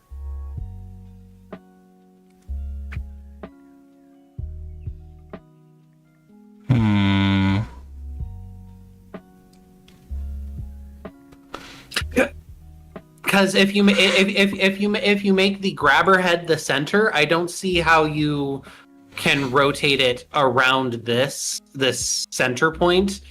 No, without. What I'm saying is that the grabber is just rotated, pointing towards the center.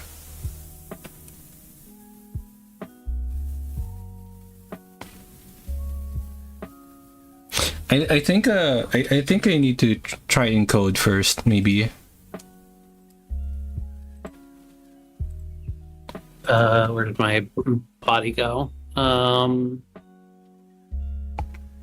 Yeah, let me try to encode.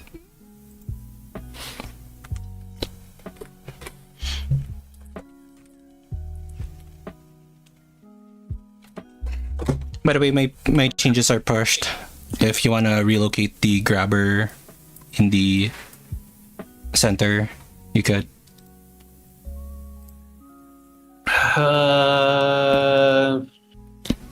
Suppose that is a task that I can be doing. Oh, but I haven't done anything for... Oh, that is a lot of changed files. Can't I do a merge from origin? Yeah. Go to the drop down for your current branch. Give me a moment. I'm just gonna commit these shaping the grabber. Oh, do it on the summer on top. Yeah.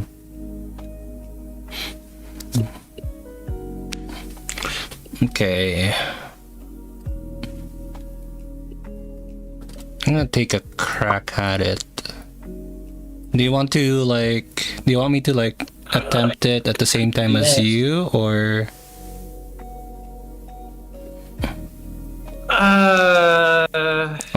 do you want me to tackle something else first? That'd be ideal. I think you have an entirely different idea for how to make this work. So you're probably... What else? Let me go look at this reference. What is the things that I am able to work on?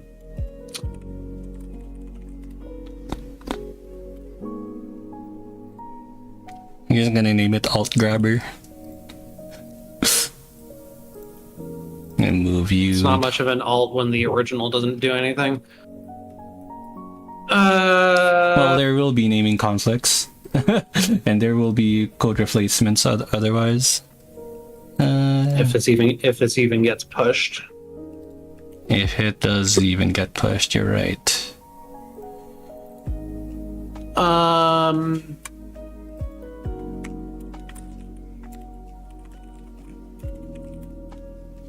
Wait, we were talking about something about a Vec3. What does Vec3 do for this? Sorry, that was supposed to be Vec2. Vec2, okay.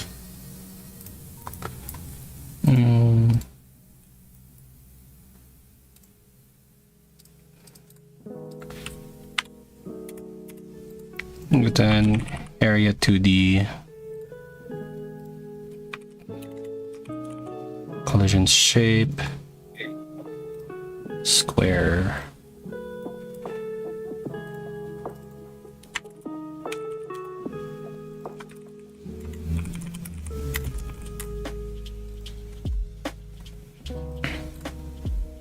How would I make a handle?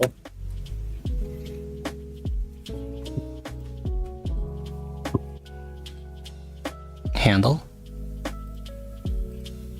I'm debating on if I can do the Steam Switch or not.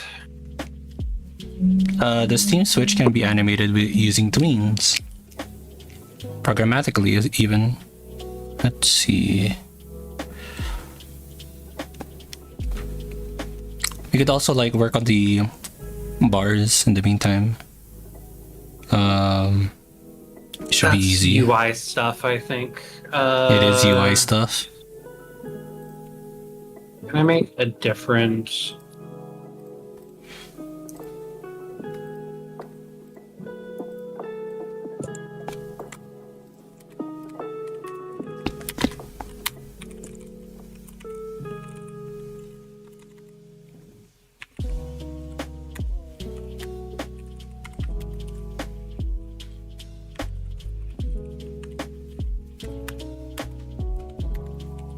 How do I undo my commit?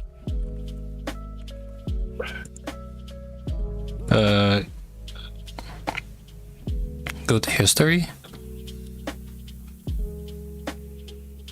I haven't pushed the commit yet. I just want to stop it from doing it. You 'Cause I go want to put this in its own go to thing. history.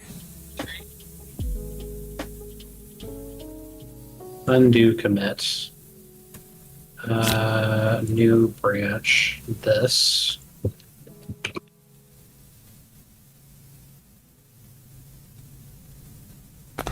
Mm.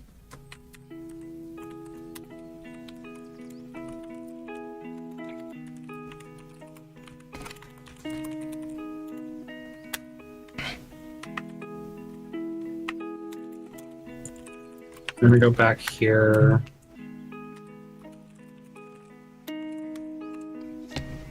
Okay.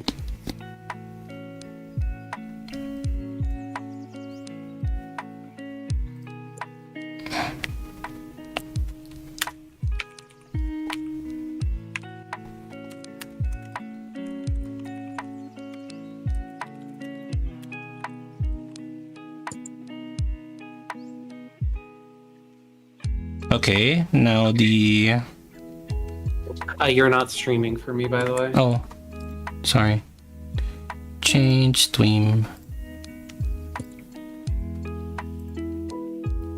Okay, so on my end, so the mouse is now being detected. That's normal. That is also normal. It is assumed that the grabber isn't down there. So no, that's fine.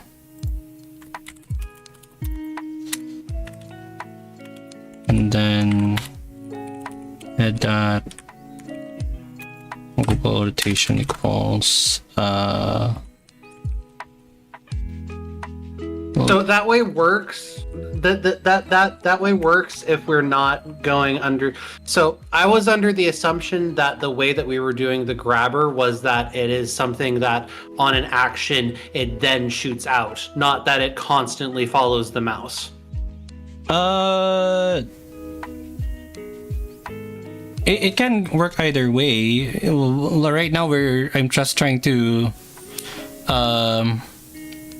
right now I'm just trying to rotate it, you know. Oh, okay. And then you just limit the length of the stupid the hacking. When it should be this. flowed. Oh, sorry. It's supposed to be angled too.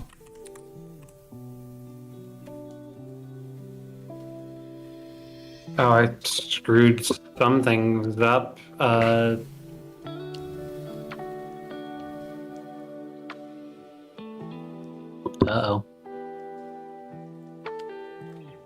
Let's go to this. Interesting.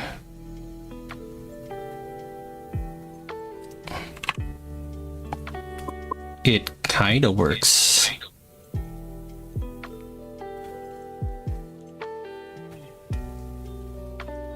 Angles. Angles.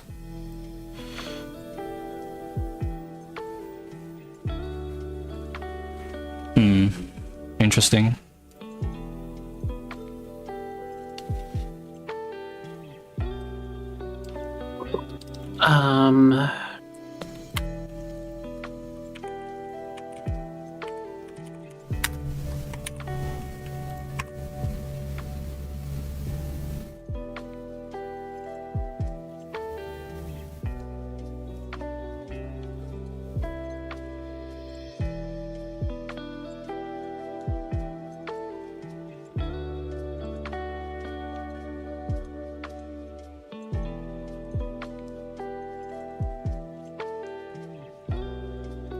Interesting.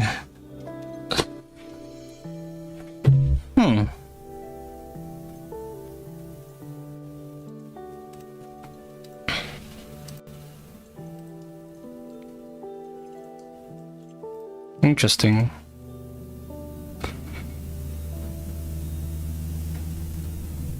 Why are you here?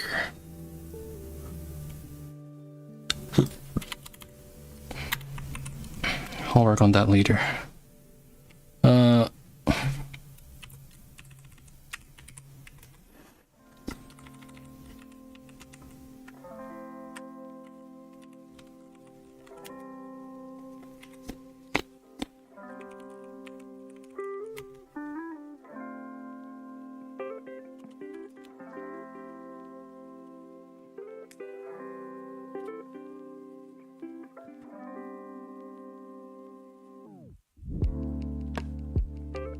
Oh, I definitely screwed a lot of things up. What? No? Yes, I did. I screwed a lot of things up. Oh.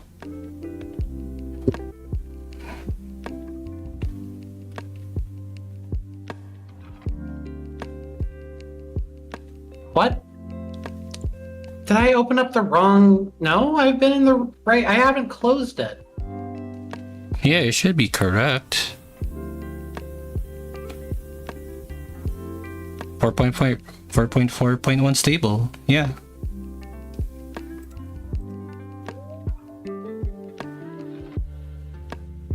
Reload the project. You are. Go away.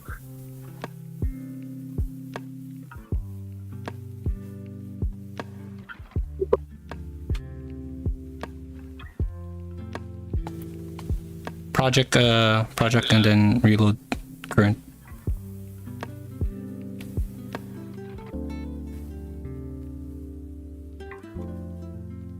Now it's everything's proper. There we go. Yeah. Okay, now I'm trying to.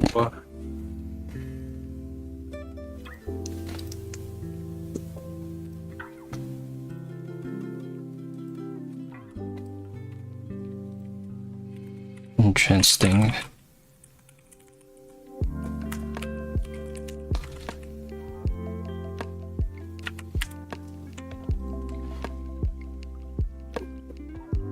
How do I pull from the?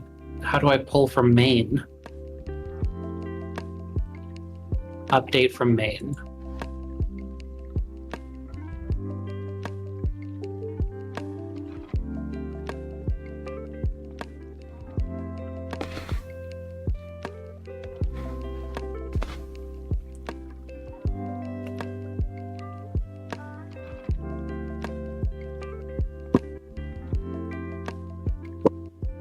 Oh, it's angle to point. Okay. It's not angle to, it's angle to point.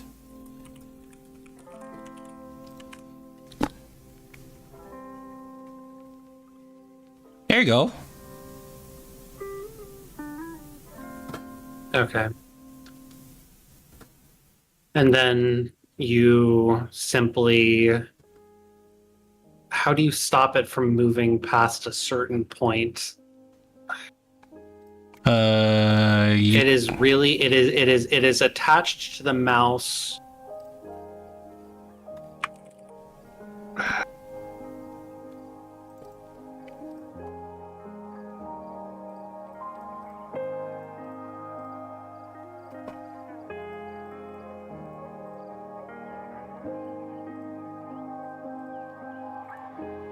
Add child node.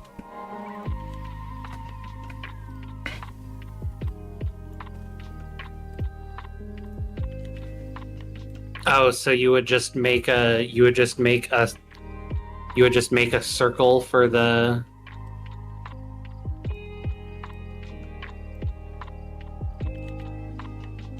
I think this is how we would do it. Where is it? No, again, I'm referring to the. There it is. Mouse exited.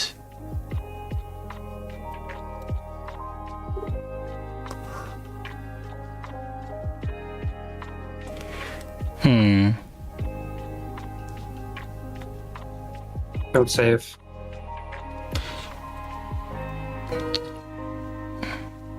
Come on. Again, I'm referring to making it so that when the grabber hasn't fired, it stays within this circle.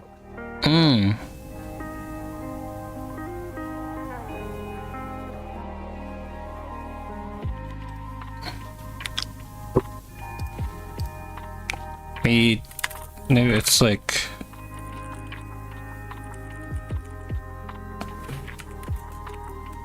I mean, you know,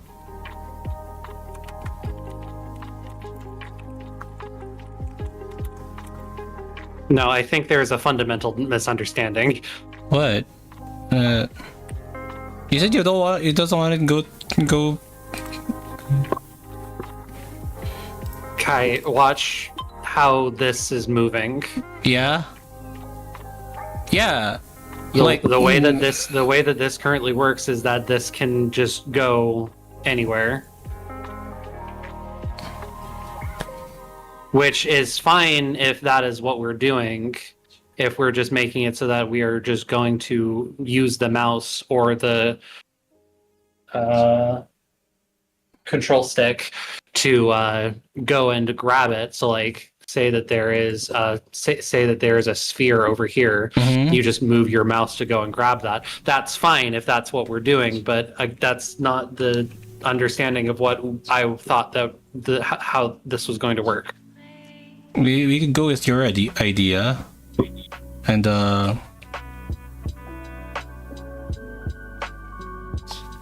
this is just we need to figure out how this is. Is it going to be we're just reaching out to grab it, or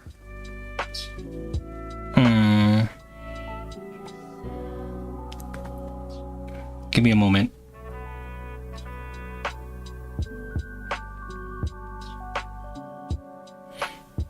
Okay, so I'm thinking that we could go with what I have because like for experience, like I'm thinking of this in a UX standpoint, right? So we do have the cursor that grabs the thing, clicking on it, and then it attracts it, holds it, and then it can shoot on either end. Okay. So okay, so it's the opposite of it's the opposite. It's the opposite of that. So instead of using this to shoot the grabber to grab the orbs, you're using the mouse to grab an orb. It will retract, and then we still have to figure this out of how to get this rotation without letting it move to shoot towards the. Actually, no, we don't, because that's just you shoot towards one side or the other. Unless we start implementing other funky things, but we will cross that bridge when we get there. Yeah. Okay. Do you want me to do you want me to push this code so you could just use it straight away? Yeah. Yeah. Okay. I'll push it. I have a better understanding of what you are wanting now. Okay. Yeah. Glad we got that covered. I will be right back. Oh. Okay.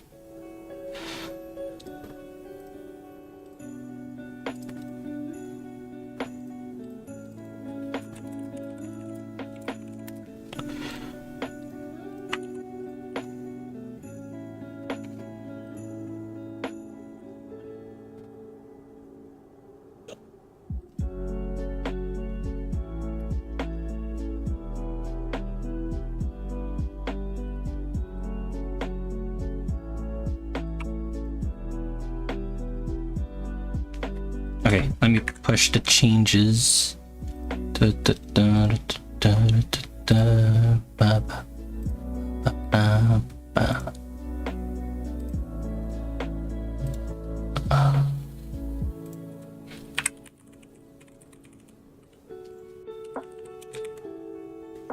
Okay.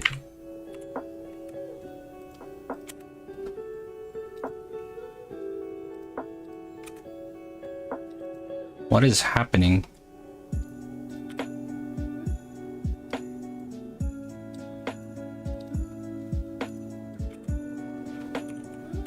Can't press space.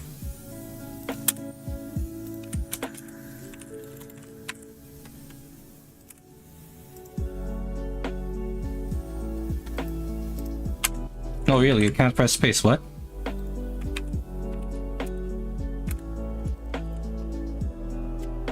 Why can't I press space?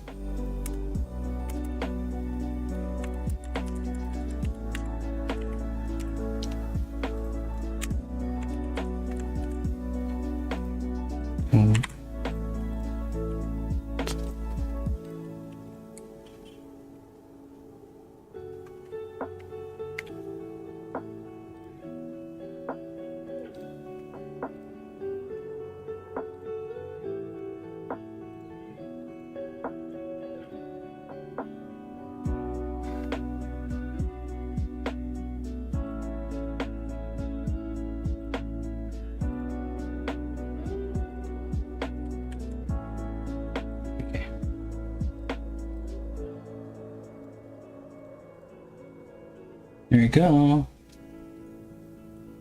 I'll grab my pizza.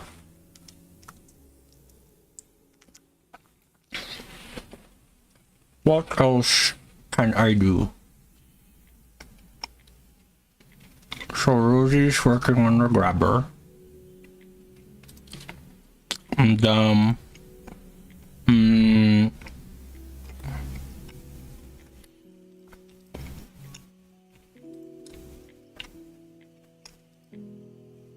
I could work on assets. Oh.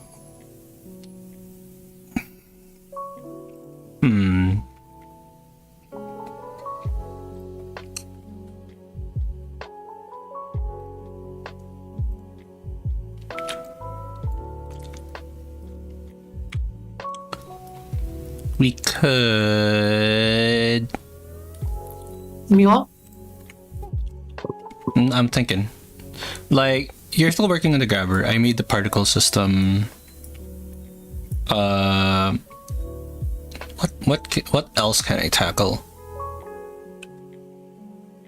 Okay, on the list of the things that we need to work on for this proof of concept, there is the UI, which has distance, steam limit, the release, which is the energy, and the heat and cold bar. There is the receptacles for heat and cold.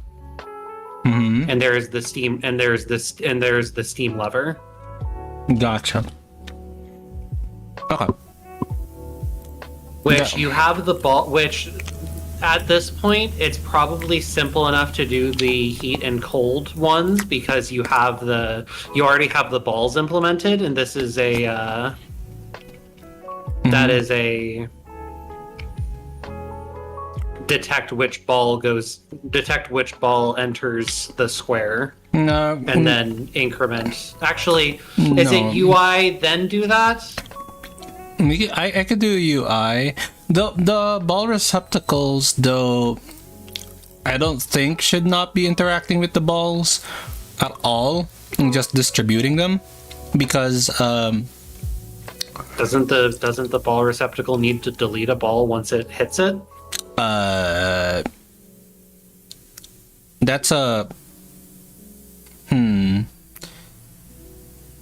I don't think it's a good idea to have stray balls going into the receptacles. Well, that's up to the player to stop them from doing that. You know what? You know what? I will entertain that idea. The players shouldn't be letting cold balls get into the heat chamber. That's a poor choice. We'll see if that idea works. We'll see. I'll work on that. I'll work on that. That sounds absolutely funny.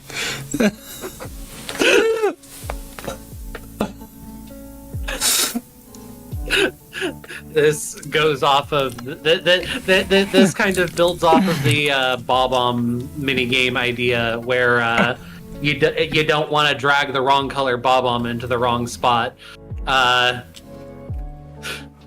Don't let the balls don't let the balls go into the wrong place. I guess if you want to make, I guess that could make the receptacles more complicated, since it is true you would want to minimize the likelihood of that happening, or maybe that's an upgrade that the player buys. You know what? I agree. I absolutely agree. Oh my goodness. I mean, you start off with a small. It's a very small engine to start with. You don't just don't let the balls go into the wrong spots. Oh my gosh.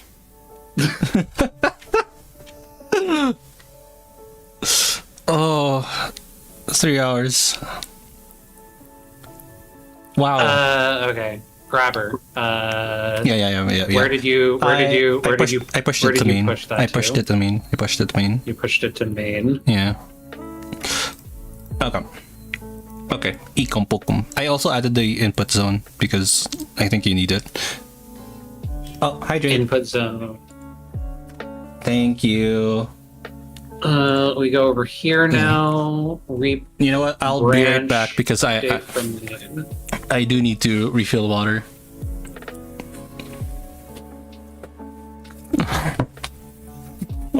Oh my god.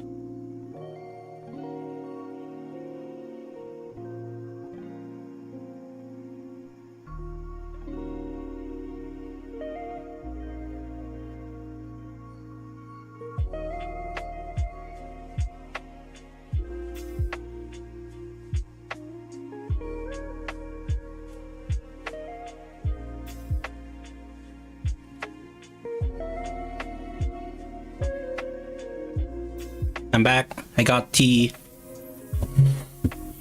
And ads is happening, but we have to continue. So what I'll definitely do is the receptacles. Oh my god. What I'm gonna do is I'm gonna make the receptacles accept the type that they're accepting, because I think it will be too much if it receives the wrong one. Yeah. But you can have user error and damage the engine if they put in the wrong one. I'm glad that you found my concept amusing. It is funny. It is absolutely funny. What is this type? This is an area 2D collision object 2D. Okay, I need to remember the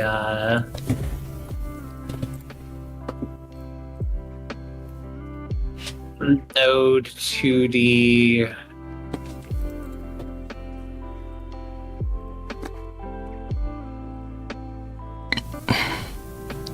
Oh yeah, I need to. Static body 2D.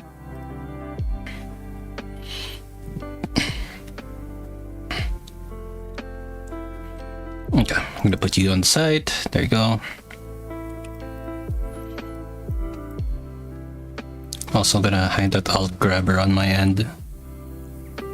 Please do not work on my scene if you don't want yours overridden.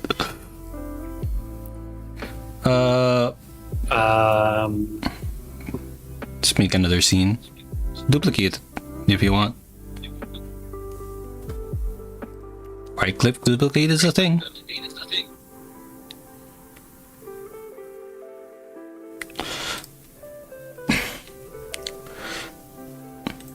Where did it go? Oh, there it is.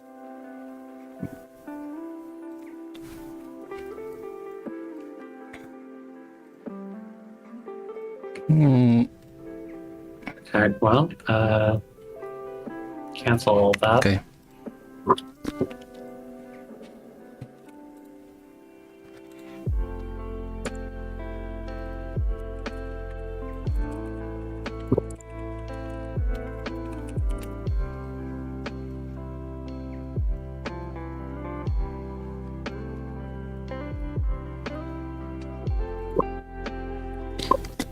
This is a circle. This does not move.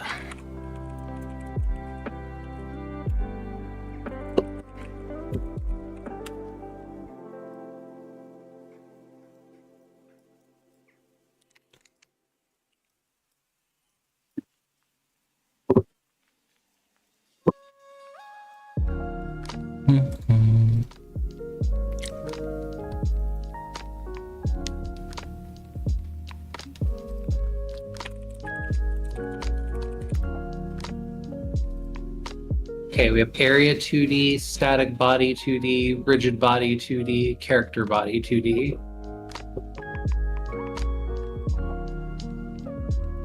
What are these options?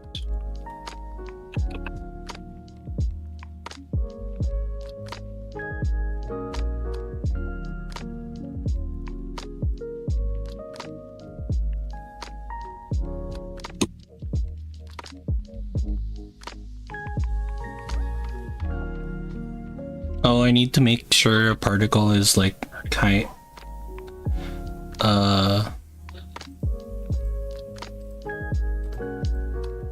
That's a problem for later. How do I make sure that the rope does not interfere with particles? Make it so that it doesn't affect collision at all. It doesn't need a shape if it's it doesn't need a collider if it's just visual. But how do I make it give it a shape then? You can use a shape as a placeholder graphic for now. Oh, am I able to just directly do a shape?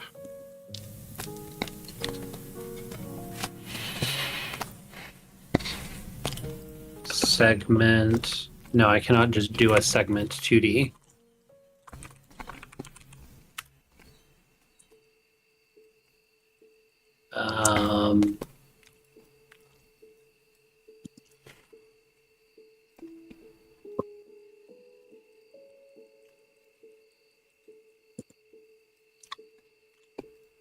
When moved manually, it doesn't affect other bodies in its path.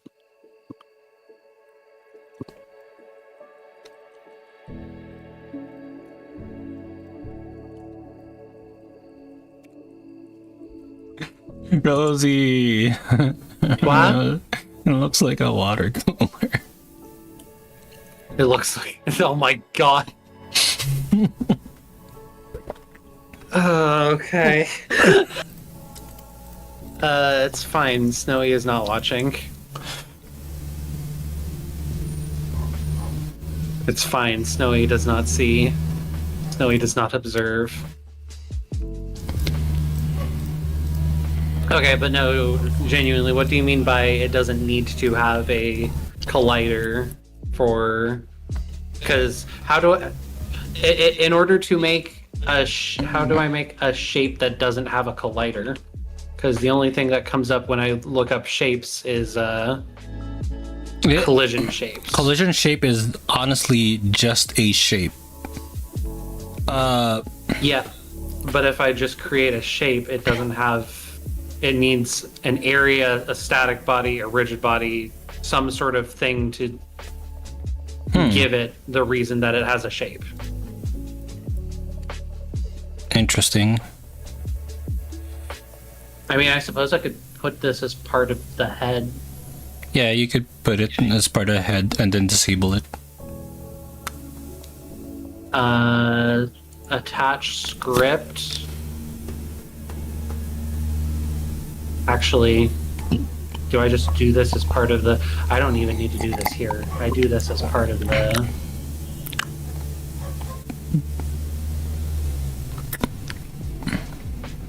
I can just do this as part of this script. Yeah. Can I detach script? You're free to edit the alt grabber. I'm not gonna be modifying that ever, I think, until way later.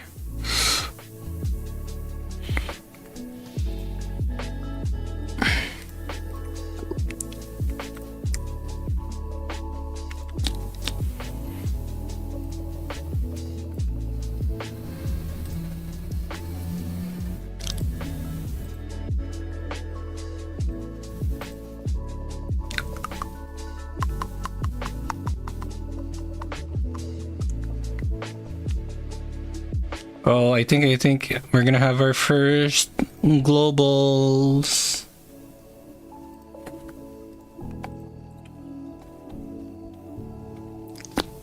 We're gonna make our first globals. Our first globals? Yes. No. Okay, Basically a node that just dictates global variables. Or scripts that run globally, rather. Understandable. Okay, so... The tether has the position A of body and the position B of I don't want to think about animating this right now. I don't want to think about animating it retracting.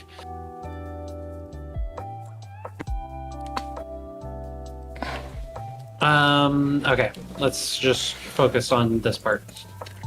Script. So you have head.global position equals mouse position, which head is referring to this area 2D. So I should...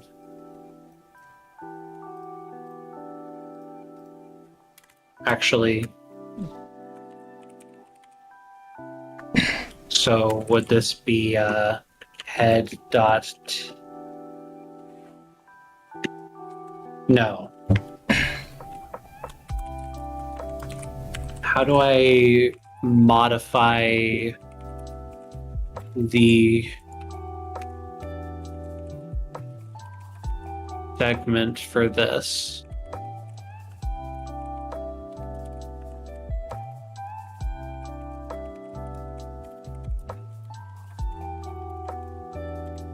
Yeah, no, that's not going to work. I just realized, because this is... Actually, no, this is also just area 2D, and this is then...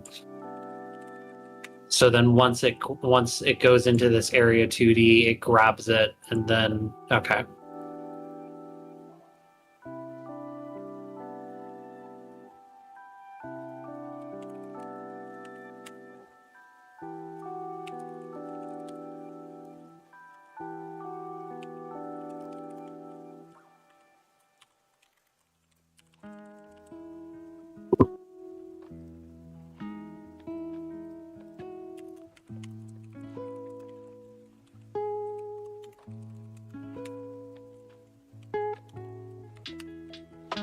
I distinctly remember. There we go.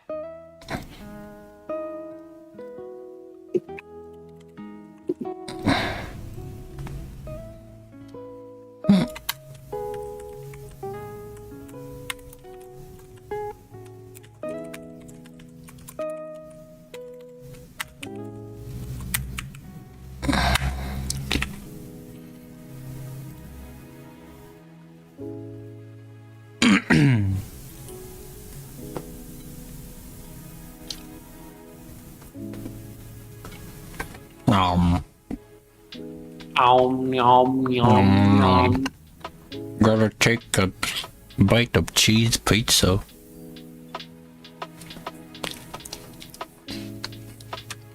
What is the onload function? Unload.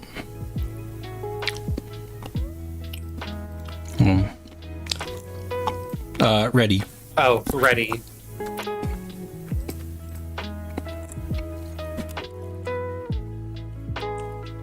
Ready of type void.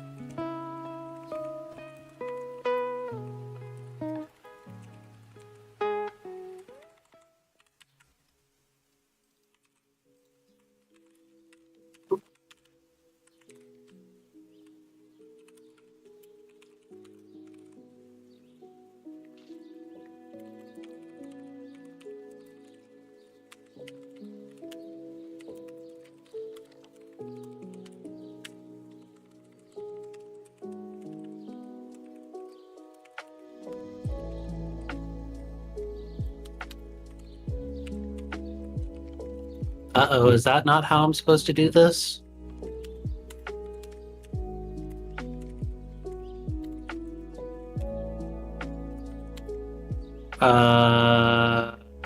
How does it want me to change where the points are?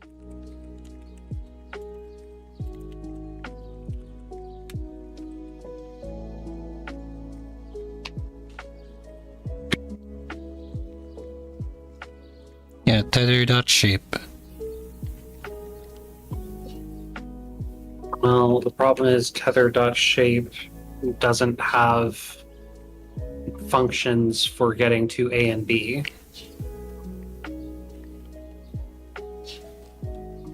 It shows the variable though, the property. Segment shape 2D. Yeah, it's a property.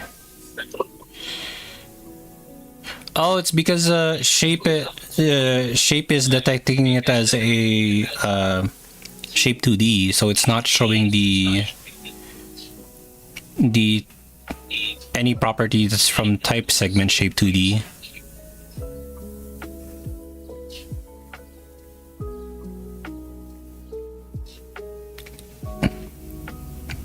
No, typing tether.shape.a is fine. Small a. That's not a small a though. Oh. Crumble,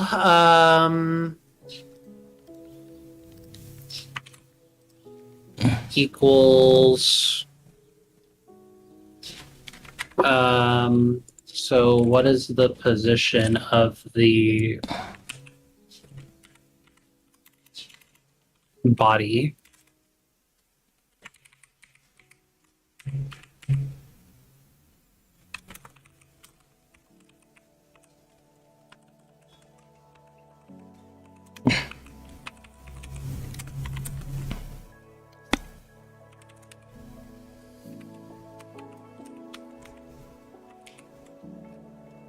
Oh, brain think. Okay, so this is getting the global mouse position, which is getting the mouse position in here. That part is easy for this. Tether.shape.b equals get equals mouse position.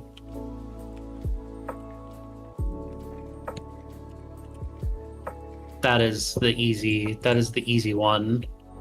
The hard one is getting the starting point, which I guess I can just assume is 0, 0 for now. Let's see how that works. Invalid access to property or key shape on the base object of type null instance.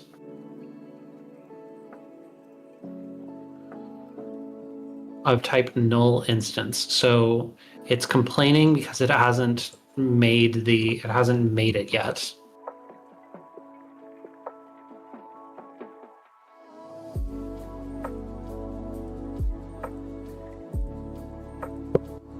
Yeah, what? Print a tether shape.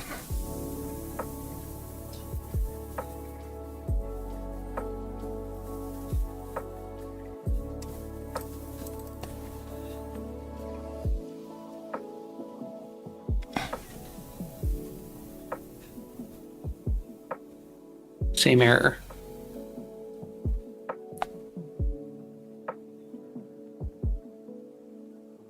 Okay, I can't access that property like that then. It doesn't like me accessing the shape. Weird. I find that really weird. So if I'm not allowed to access the shape like that, where do I put the tether then?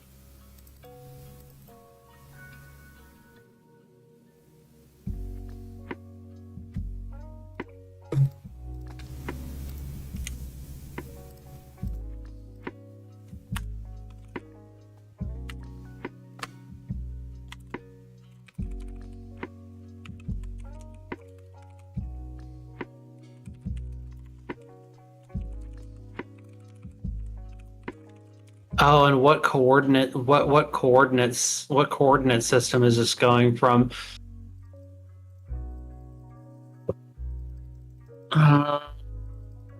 Rosie, it works.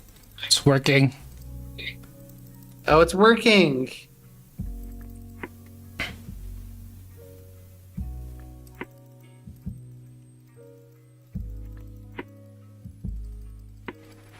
Should I make the receptacles bigger? Is it more of an oh moment? If I make it the receptacles bigger.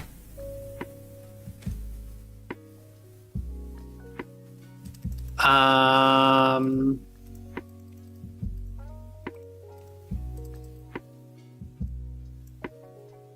unsure at this moment in time.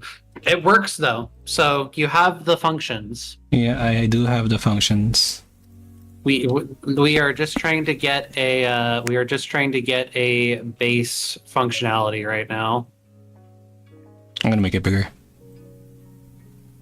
Brain, please. Okay. Oh, call. I just want to be able to set it. Oh, but the problem is, oh, that's a. Okay.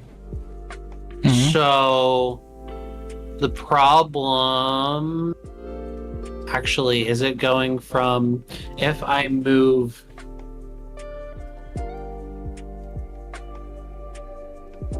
Can I transform? Let's move this to 300, for example.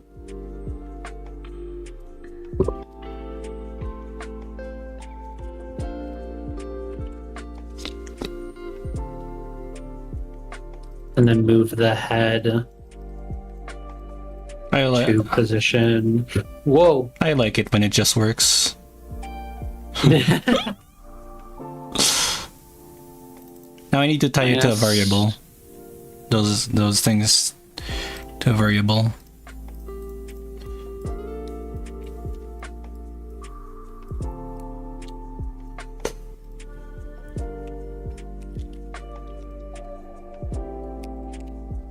Okay. The problem is the head knows where its position is, but there is no way for... How does... Well, no, the script can get the position of the... Okay, so the tether cannot be a part of the head. The tether is a part of... The tether can't be a part of the head. It has to be its own object. So... If you want to not... Like, if it's like... If it's like designed to be an interactive object... Wait, does Sprite 2D...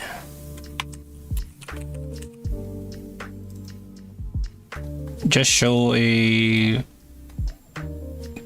blank texture?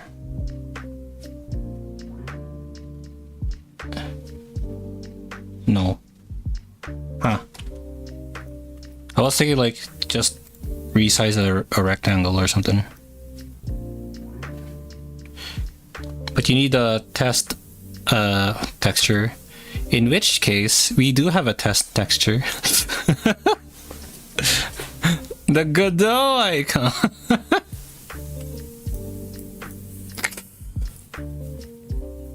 Oh, this is gonna get complicated fast. Do you want me to make a small? Do you want me to make a small texture? No, there has to be a better way to do this than this. This doesn't. This is activating alarm bells in my brain. This doesn't feel right. Okay. I think my idea for the what do you call this? Yeah. If you go on my screen, my idea for this is just a oh, it doesn't. It really doesn't show. Okay, I'm gonna put you here. Where the hell are you? Oh, there you are. Okay, so my idea for this, right, is this, like, when I'm texturing this, the sprite will just look like this, right? Let's say, like, quote-unquote 4 pixels, just like this. And then, if you want to, like, stretch, like, what I think I'm doing is, I'm just gonna stretch that sprite all the way to the,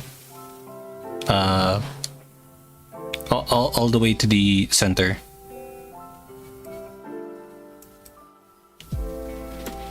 And then like that top over there is the head. That's what I'm doing when I'm gonna texture the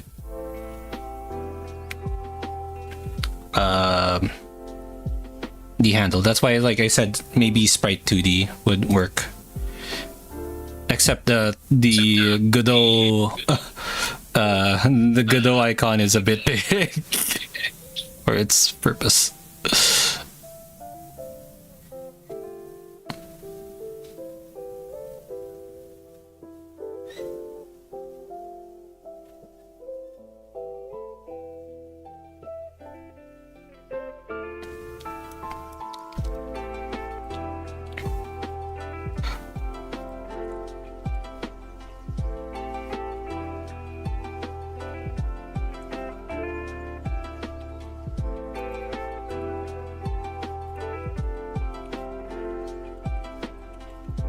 circle equals body. There's also an easier way to do it as well without relying on the graphic. All right. Let me add another node. So, oh my god, sprite 2D. I'm gonna put you there. Okay, so what you could do instead is that you have a node 2D and then a child sprite 2D. Yeah, you just offset it like above, resize it as needed. And then you don't have to touch the sprite 2D at all. You could just do the rotation and scaling on the node 2D instead. That way, you don't have to worry about the graphic itself. You just need to calculate the distance between from point A to point B to how far it gets, pretty much. The big annoyance for me right now is just that all of this is all in one spot, and I can't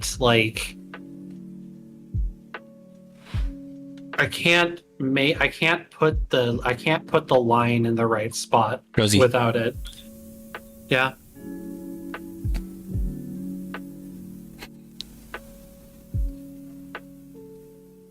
Well, I know that I could move them, but like, isn't that gonna mess things up when I start this? Actually, what is this? Body shape.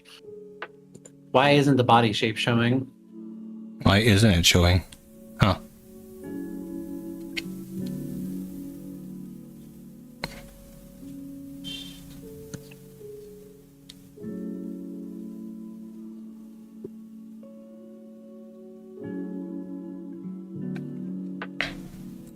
Oh boy. Alright, see you, Android Cat. Take care. Implicit ready node not found head tether related to alt grabber. Oh, because I removed that.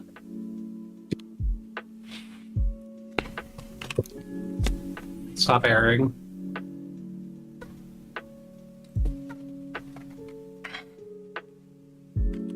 Hello? You're fine. I got rid of it.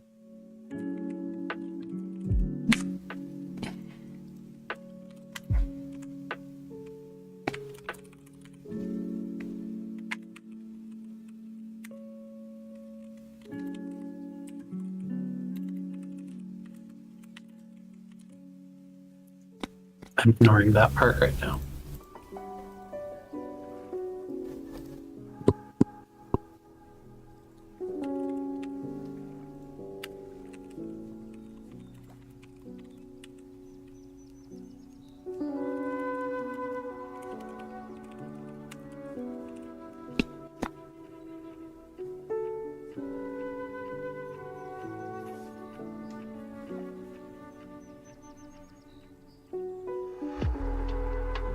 There you go. Now there's a counter. It's tied to that variable. Oh no, I'm gonna do crappy UI now.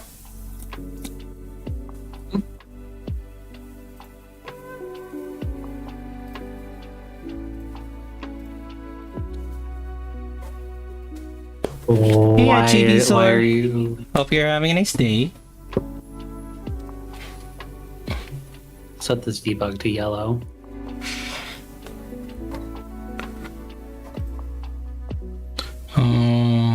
Why do you not show? Your circle shape 2D.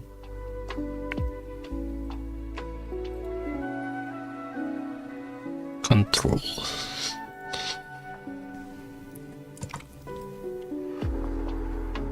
You showed just fine in the other thing.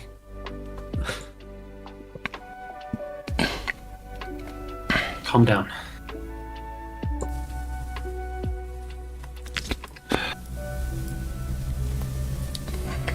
AKA most modern UI.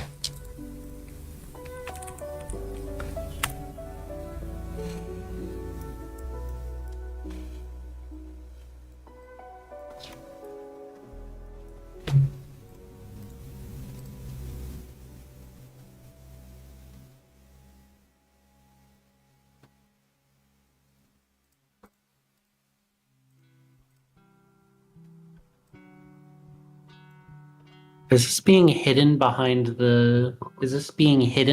things for some reason?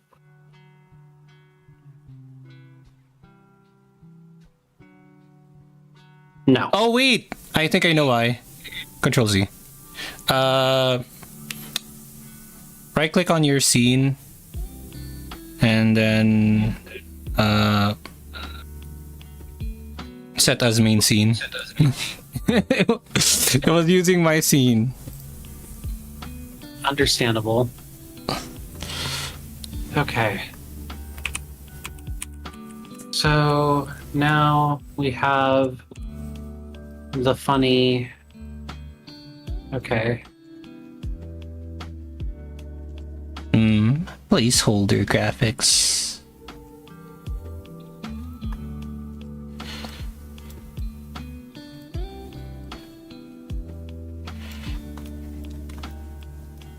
Roll.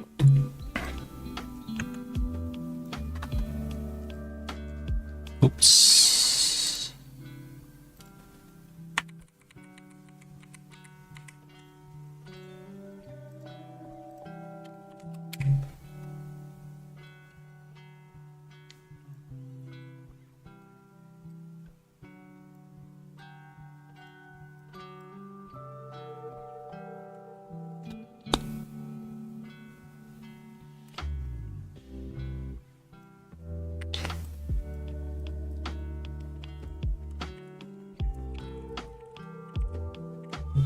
Excuse me?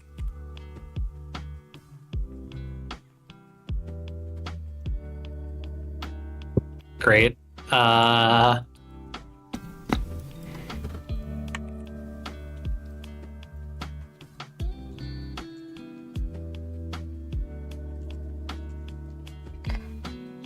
There we go.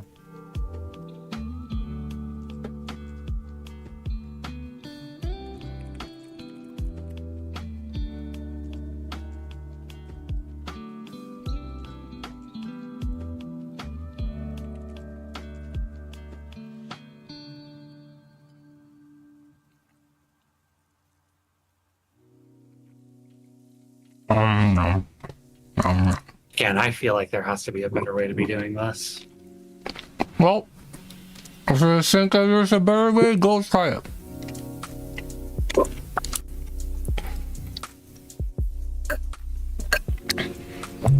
Where did my... Oh, I'm out of snacks! No. Oh no.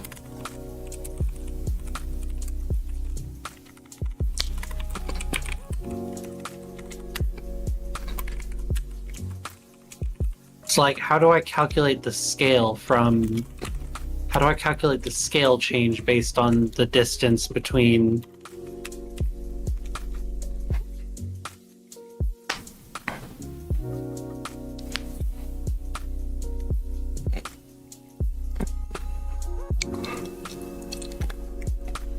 Yeah, no, I have to find this.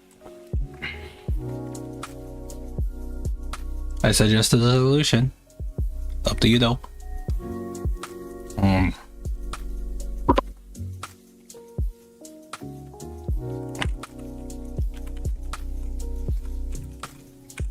Progress bar.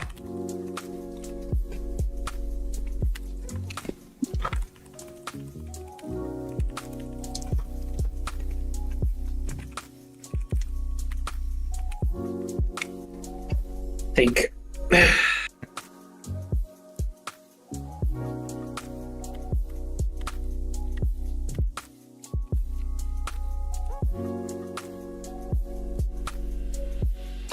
Oh, I see a problem with us doing the scenes in the way that we're doing, though. Hmm. how are we going to merge the scenes? See you, Nori. We're just gonna kit bash them together. I mean, Yeah, 100%. I need to do this in a better way.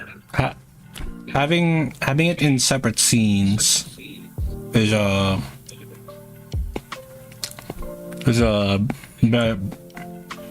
you know, so it doesn't like override our work. And then once we're done, we can just pull it all into the one whole main scene, and then it should be hunky dory once if everything works together.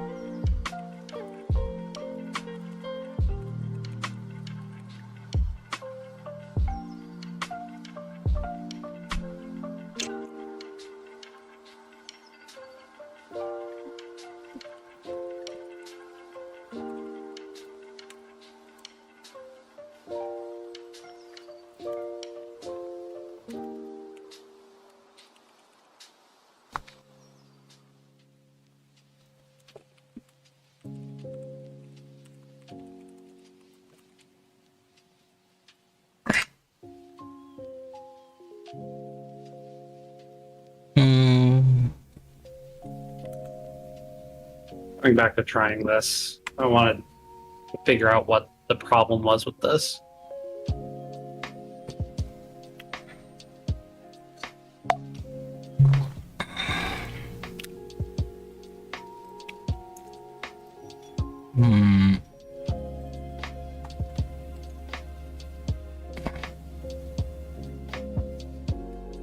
I'm going to fall asleep listening to your live stream. Alrighty, have a good rest. I'll see you next time.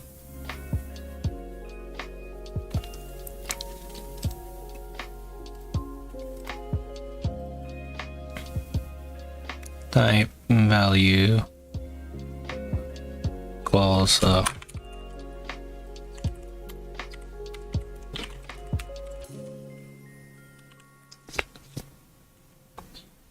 please work.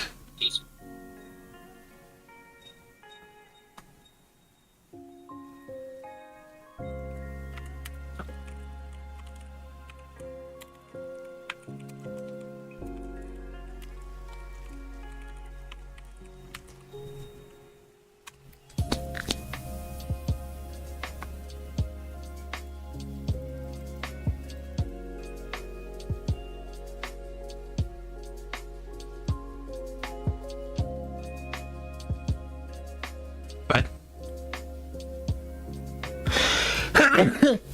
Oy.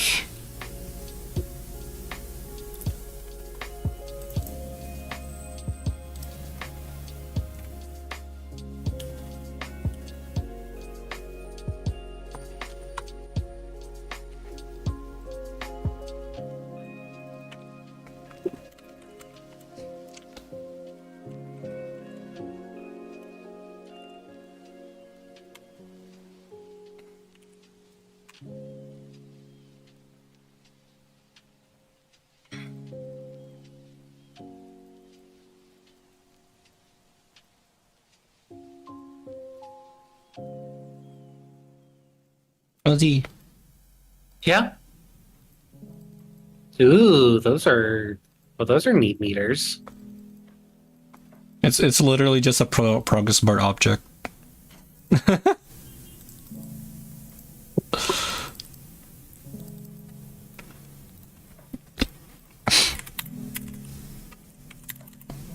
Now, how do I do ratio? I haven't done ratio. You.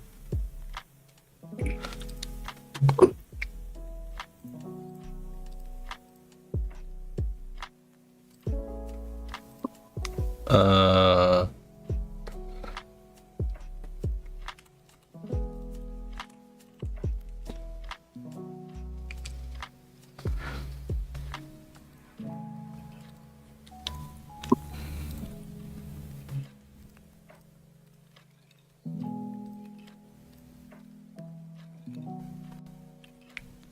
Okay.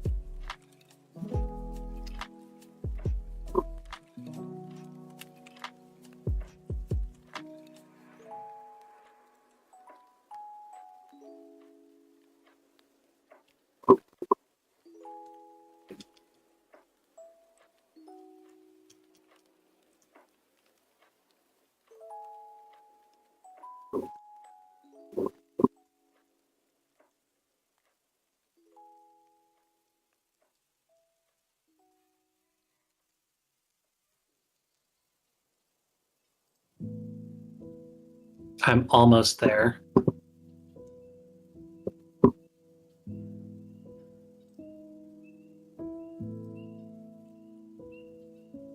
Except not really. Okay.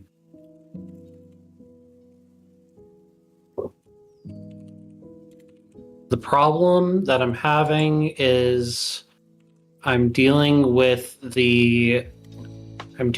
all of these sprites using their own individual positioning rather than using a global positioning. Yeah, it's... So I need to get the position that this thinks that the mouse position is in regards to where it actually is in this area.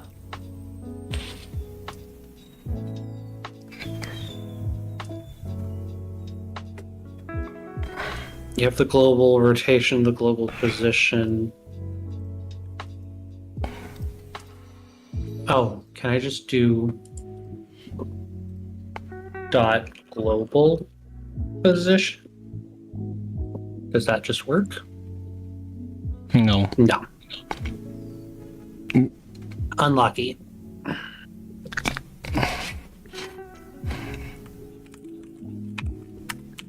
So I need to convert global to local.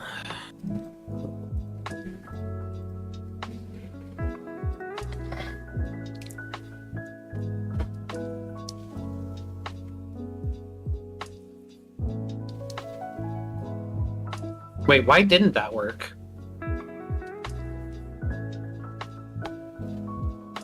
Question mark?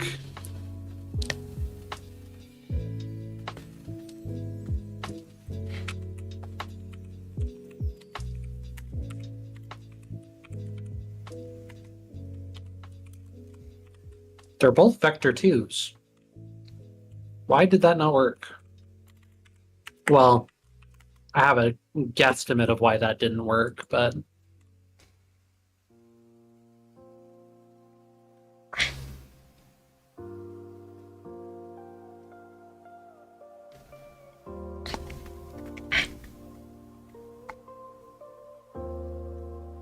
Oh, you're doing this as part of the physics process. I don't have the mouse. I don't have the mouse movement event for that.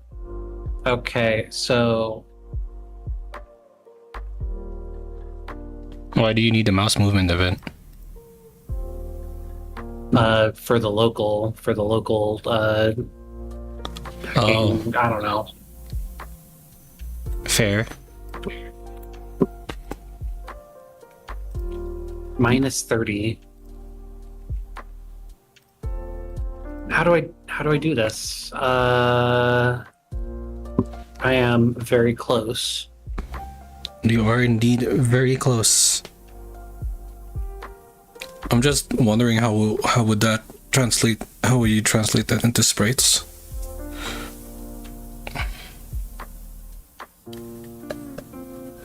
That is an excellent question.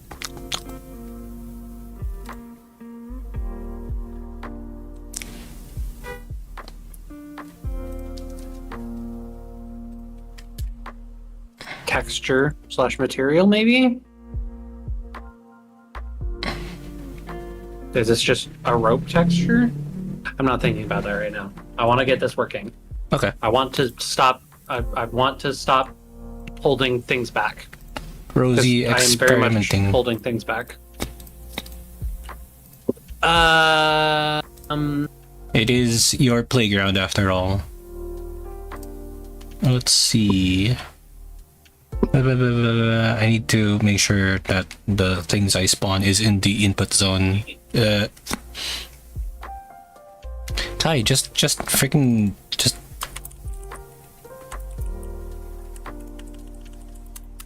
Hey, just grab the signal.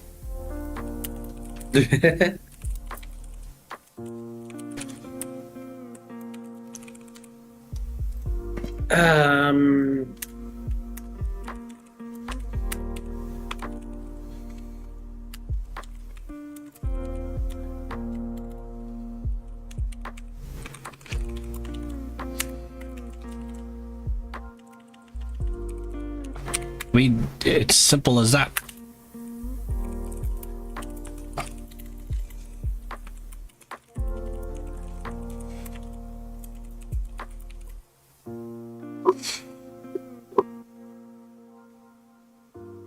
Across input pickable and at least one collision layer bit to be set.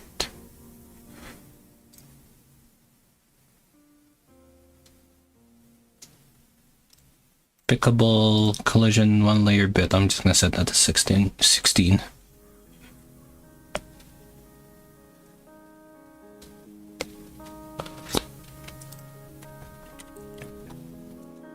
Okay, am I able to see the...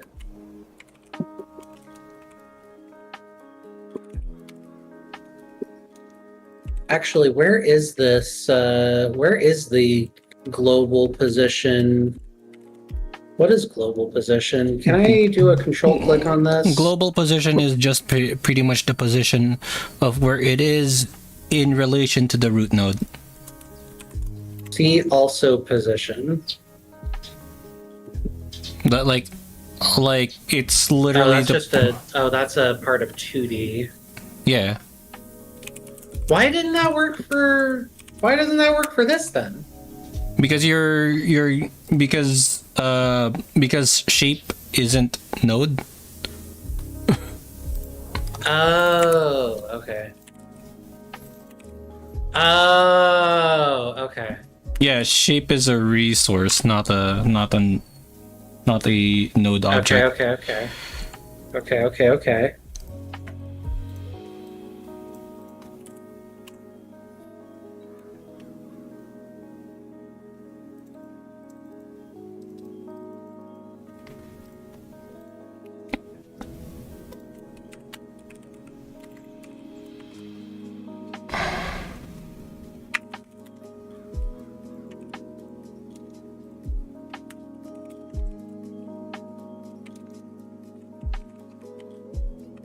Think.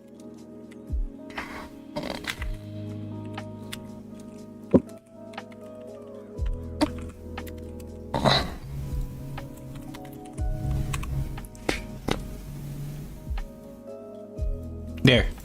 Oh. Eh? Eh?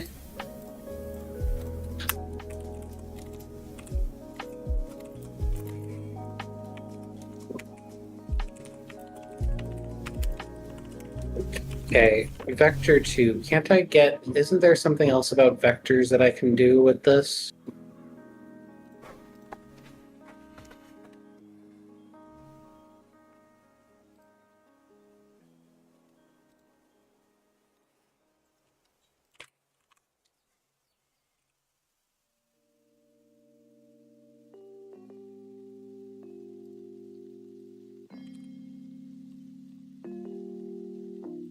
Hmm.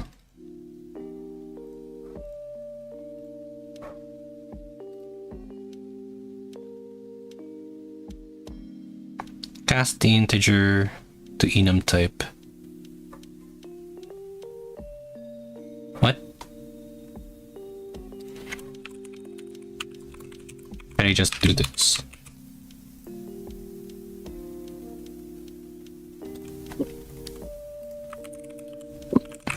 Actually, I have a different... We will keep both of these. I have a different... Sprite.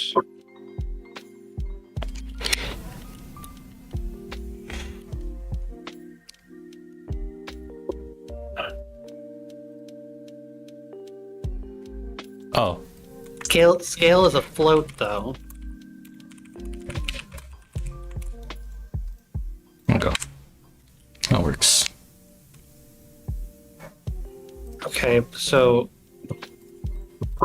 if we're doing it like this, how do we get the scale then?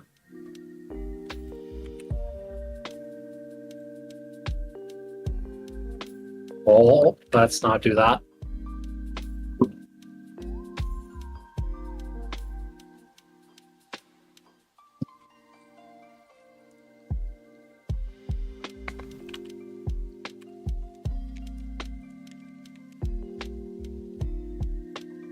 Why is the mouse not being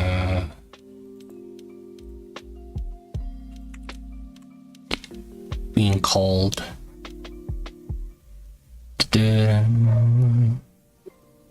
So if we're doing it with the sprite, my question is, how do you calculate the scale that you need to scale the sprite by to keep it stretched properly?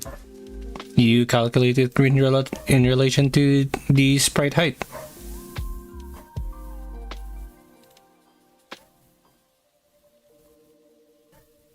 So assuming that this is... Why is this not 1? Can I set this to new 1? And this is where I tell you that that's why I said you should just parent it on a node 2D so you don't have to deal with the headache that is stretching and calculating.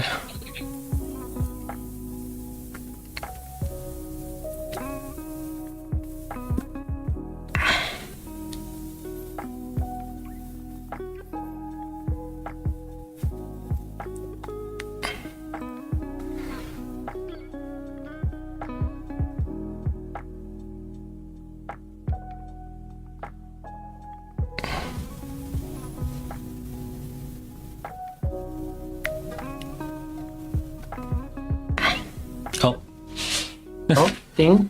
The ding is for ads in a minute. Ads. This Ads did not in a fix minute. the scale problem. Yeah, you want to scale the node 2D instead of the sprite 2D. Oh. So you don't have to deal with doing the entire math revolving around the texture size and the Okay. headache. So how do I select the node 2D over the sprite? You're selecting already the node 2D. You can in inspector can use this button on the side. So it will just select the node instead of the sprite no matter what. But where is the...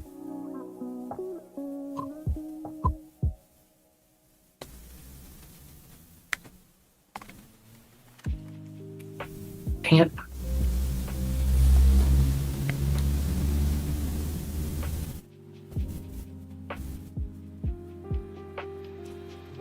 Okay, Okay, where was I? transform... Right, input. Why can I not scale this with the... Where did the GUI scaling go?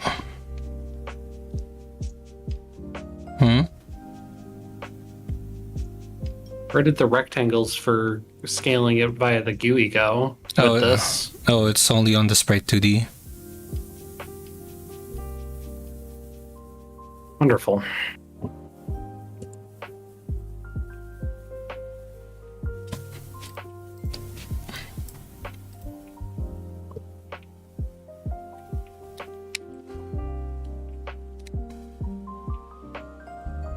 Okay.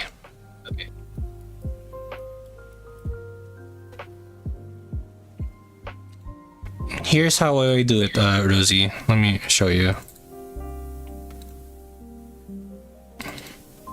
Because I know it's a headache and a half.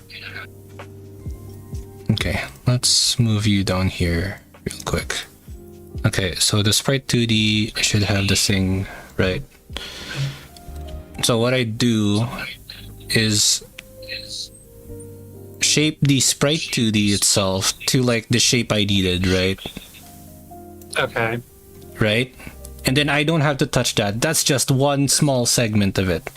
Now, the node 2D, let's say, let's put the position, or, you know what? Why is position 2D not available anymore? Okay, so let's say I shape it to where I need it to be. And I don't have to do all of that math to resize the width and height of it anymore. Just leave it at that, and then I scale it so that mathematically I could just scale it all the way to the node I needed to the point that I needed to go. I don't need to deal with the complexity of the math of whatever this sprite 2D is trying to be. Okay, and it's so it's scaling positive y. How Yes. do we get the... If you want, you Okay, could what set you could set the sprite to be like a ridiculously small number and then stretch it upwards. That's what I'm trying to figure out. The thing that I'm confused about, like, I can understand how to get it into this position. Let's undo this. We don't need this stuff being this way. I understand that we're scaling the node 2D. My question is mostly, oh gosh, it scales it both ways. Oh, it's the link icon on the right. It is unlinked. It is already unlinked. Oh, it's because the sprite 2D is not like look at the sprite 2D, right? I have it like Yeah. This is the node 2D. The sprite 2D is just like anchored above. Oh, okay. So if I were to do like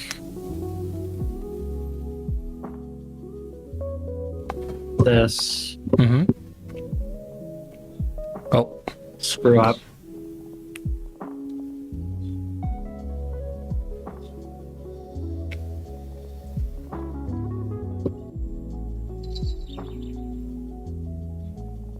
Just do that, and that's the sprite 2D.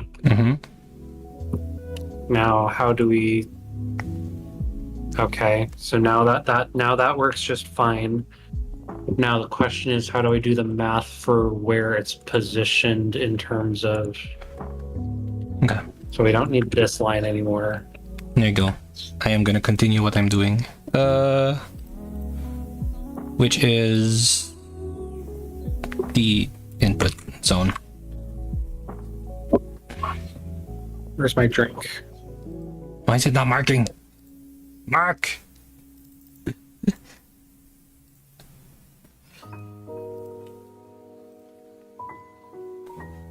I'm sorry, Mark is not here. No.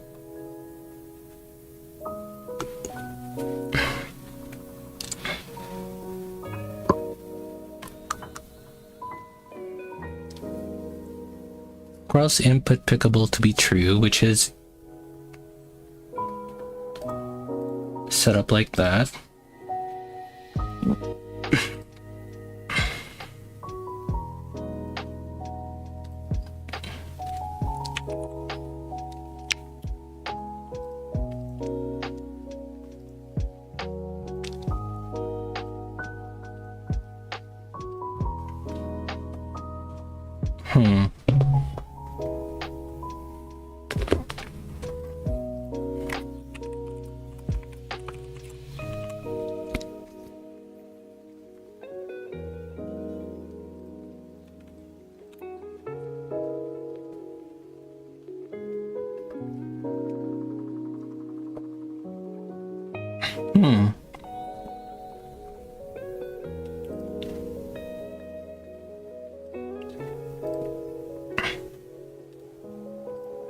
I should be done already, but why is the mouse not working?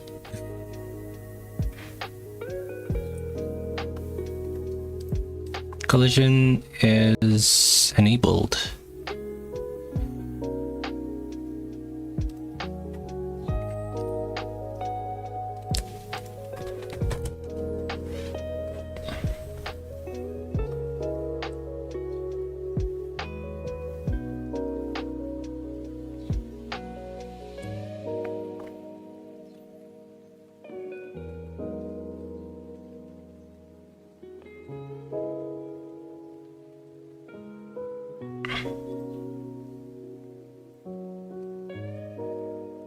Hold on, let me remove my jacket.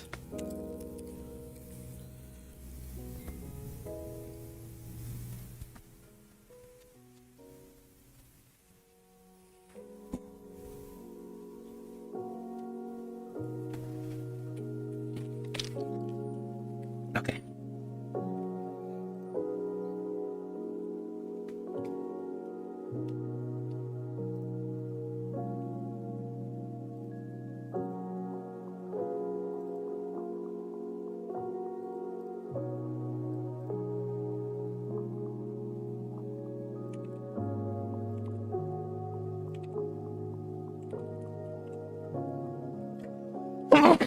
Ugh.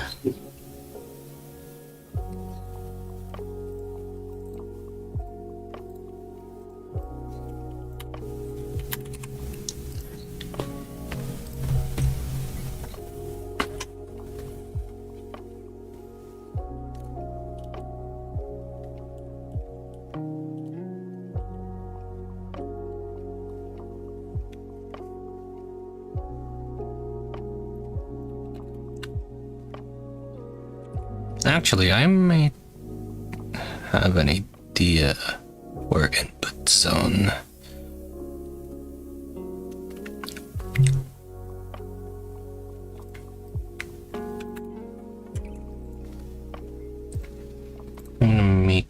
I'm gonna attach as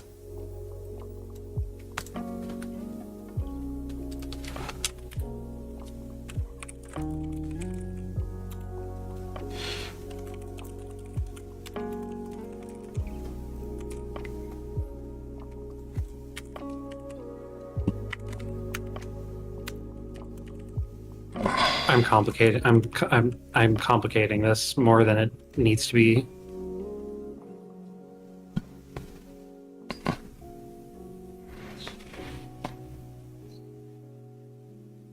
it's scale y is equals to distance to origin to point divided by whatever the sprite size you set it to.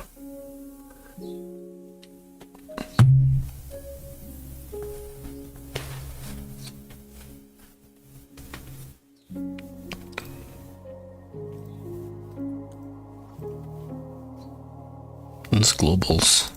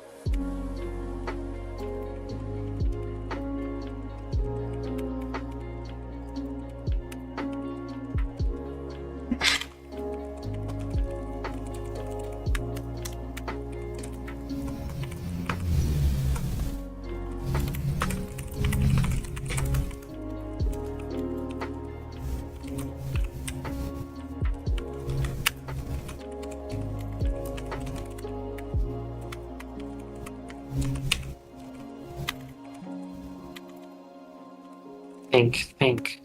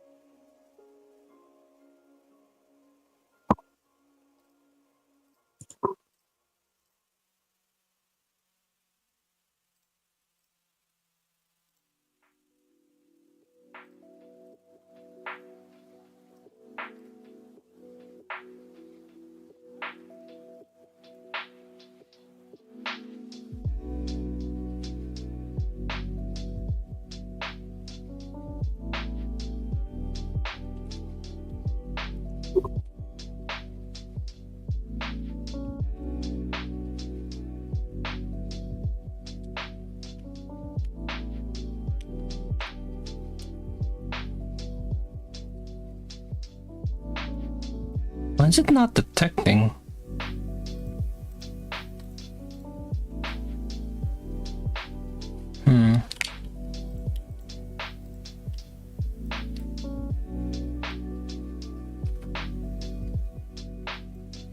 Oh.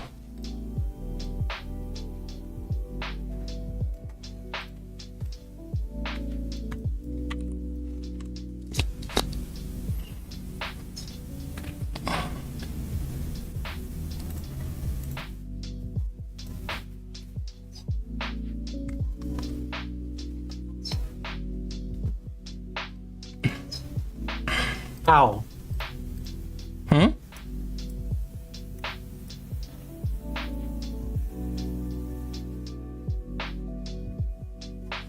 I'm not seeing it. You're not seeing it? I don't see the math logic. Okay. Vector2 dot distance. Yeah, vector2 dot distance. No. That's fine. No, it's equals to, yeah. It's equals to vector2 dot distance of, well, the point of the origin, which is the well, Tether's global position.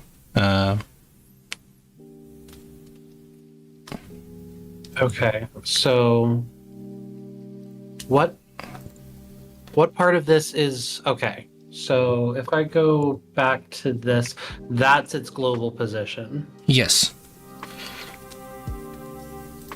This dot is its global position.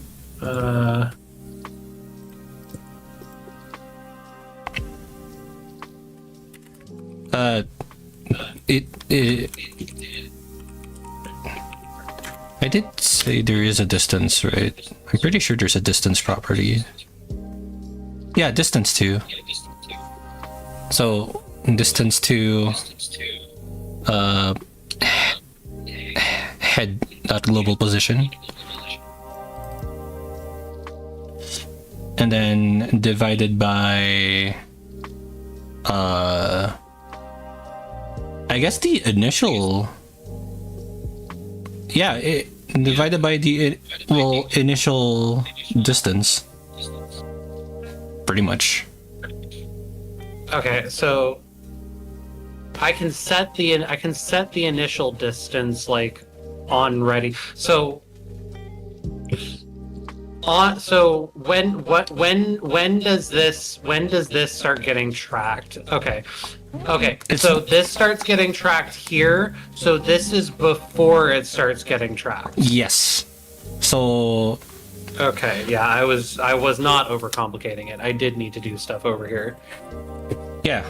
So you want the tether global position distance to, well, head start pretty much. So like it would be, if it's exactly on point, then it would be 1 divided by 1, which is 1. Okay, so now I have to think blah, blah, blah. Now I have to think about the math for this. Yeah. Should be really simple once you figure it out. So it is this current head dot global position. I just subtract the head start. No, because okay. So tether will never change. Mm-hmm.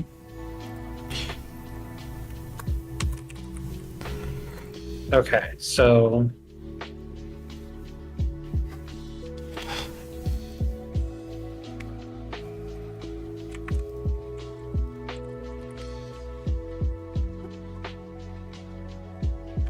so that formula is the default scale. Mm-hmm. So then it is this divided by this. Yeah.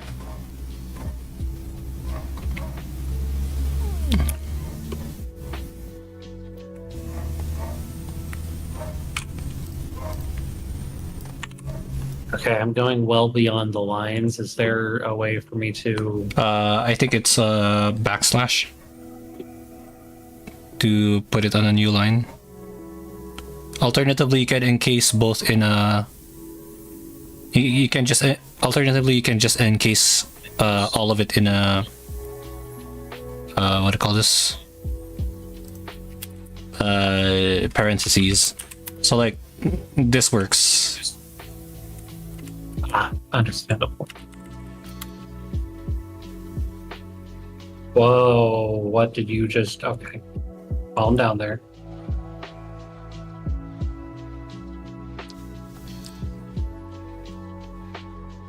And yes, you can move. You can move it. You could still move it down. Yeah. These are magic numbers. Let's make this easier to read. Var start pose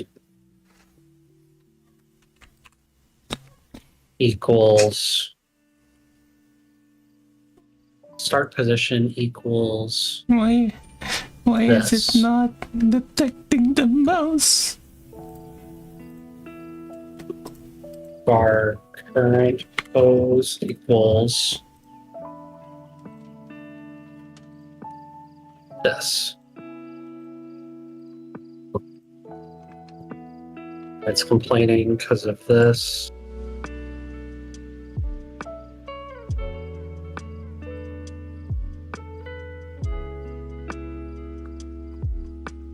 I'm trying to put input zone detection right now, but like, what?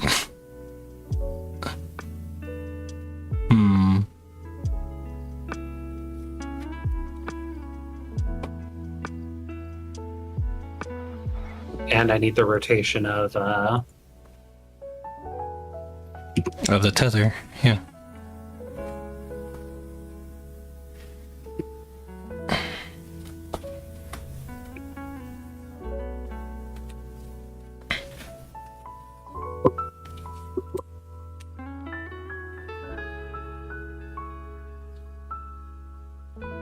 angles are going to be the death of me. Just minus what do you call this?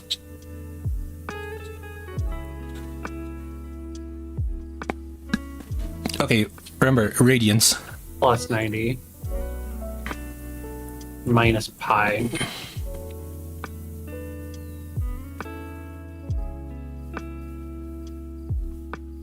Half pi. Half pi.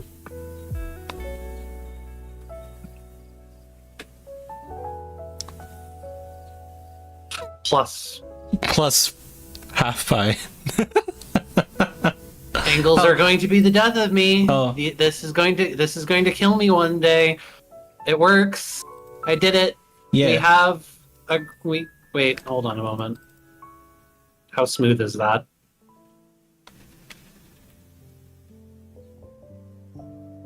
Anyway, It's good enough. yeah, it's good enough. It'll do.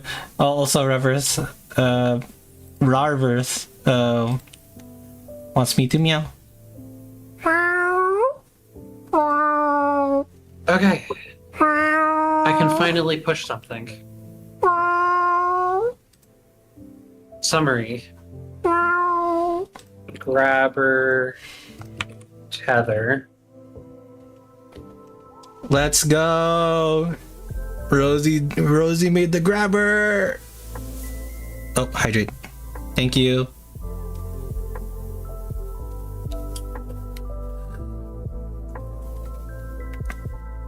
Okay, I'm going to bring up to you the UX one possible UX problem that is going to happen. I don't think that we can do a retraction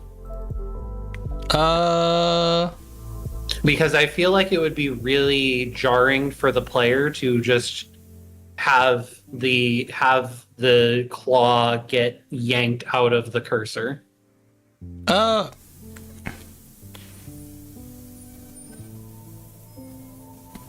Well, if you say so, then yeah, we can. We could just like make it like, you know, quote unquote eat the thing. We can make it eat the thing. Eat. No, I think there's another misunderstanding in what I'm saying, or in what we're saying. What I was under the assumption by was you click. Imagine. Oh yeah, I have these. Yeah. Don't get distracted. You grab a thing, and then it would go back here.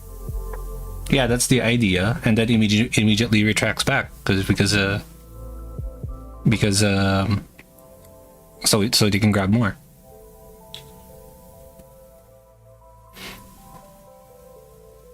Head tilt. Yeah. So you grab a thing, it retracts, and then it just goes back while the one you grabbed stays on the center to be shot into the others, into the receptacles. Oh, okay.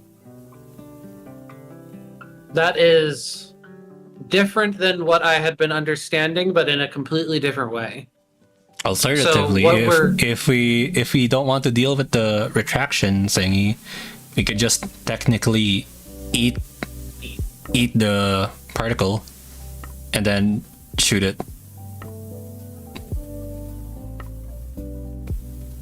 I kind of like the concept of eating it. I like the concept of eating it because then, like, you can, if we want to make the particles more complicated, you could, for example, eat two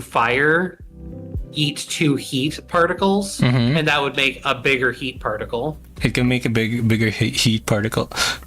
Okay, the other one like we can let it make it eat or retract. It'll still do the same thing.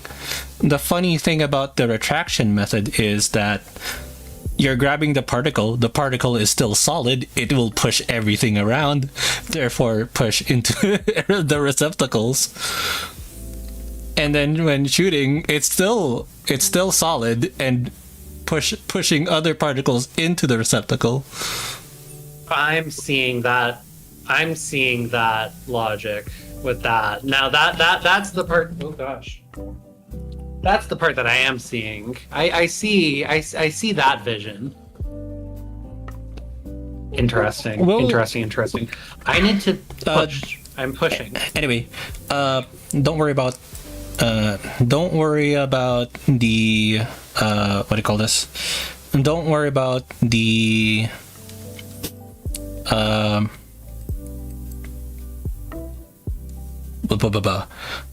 don't worry about the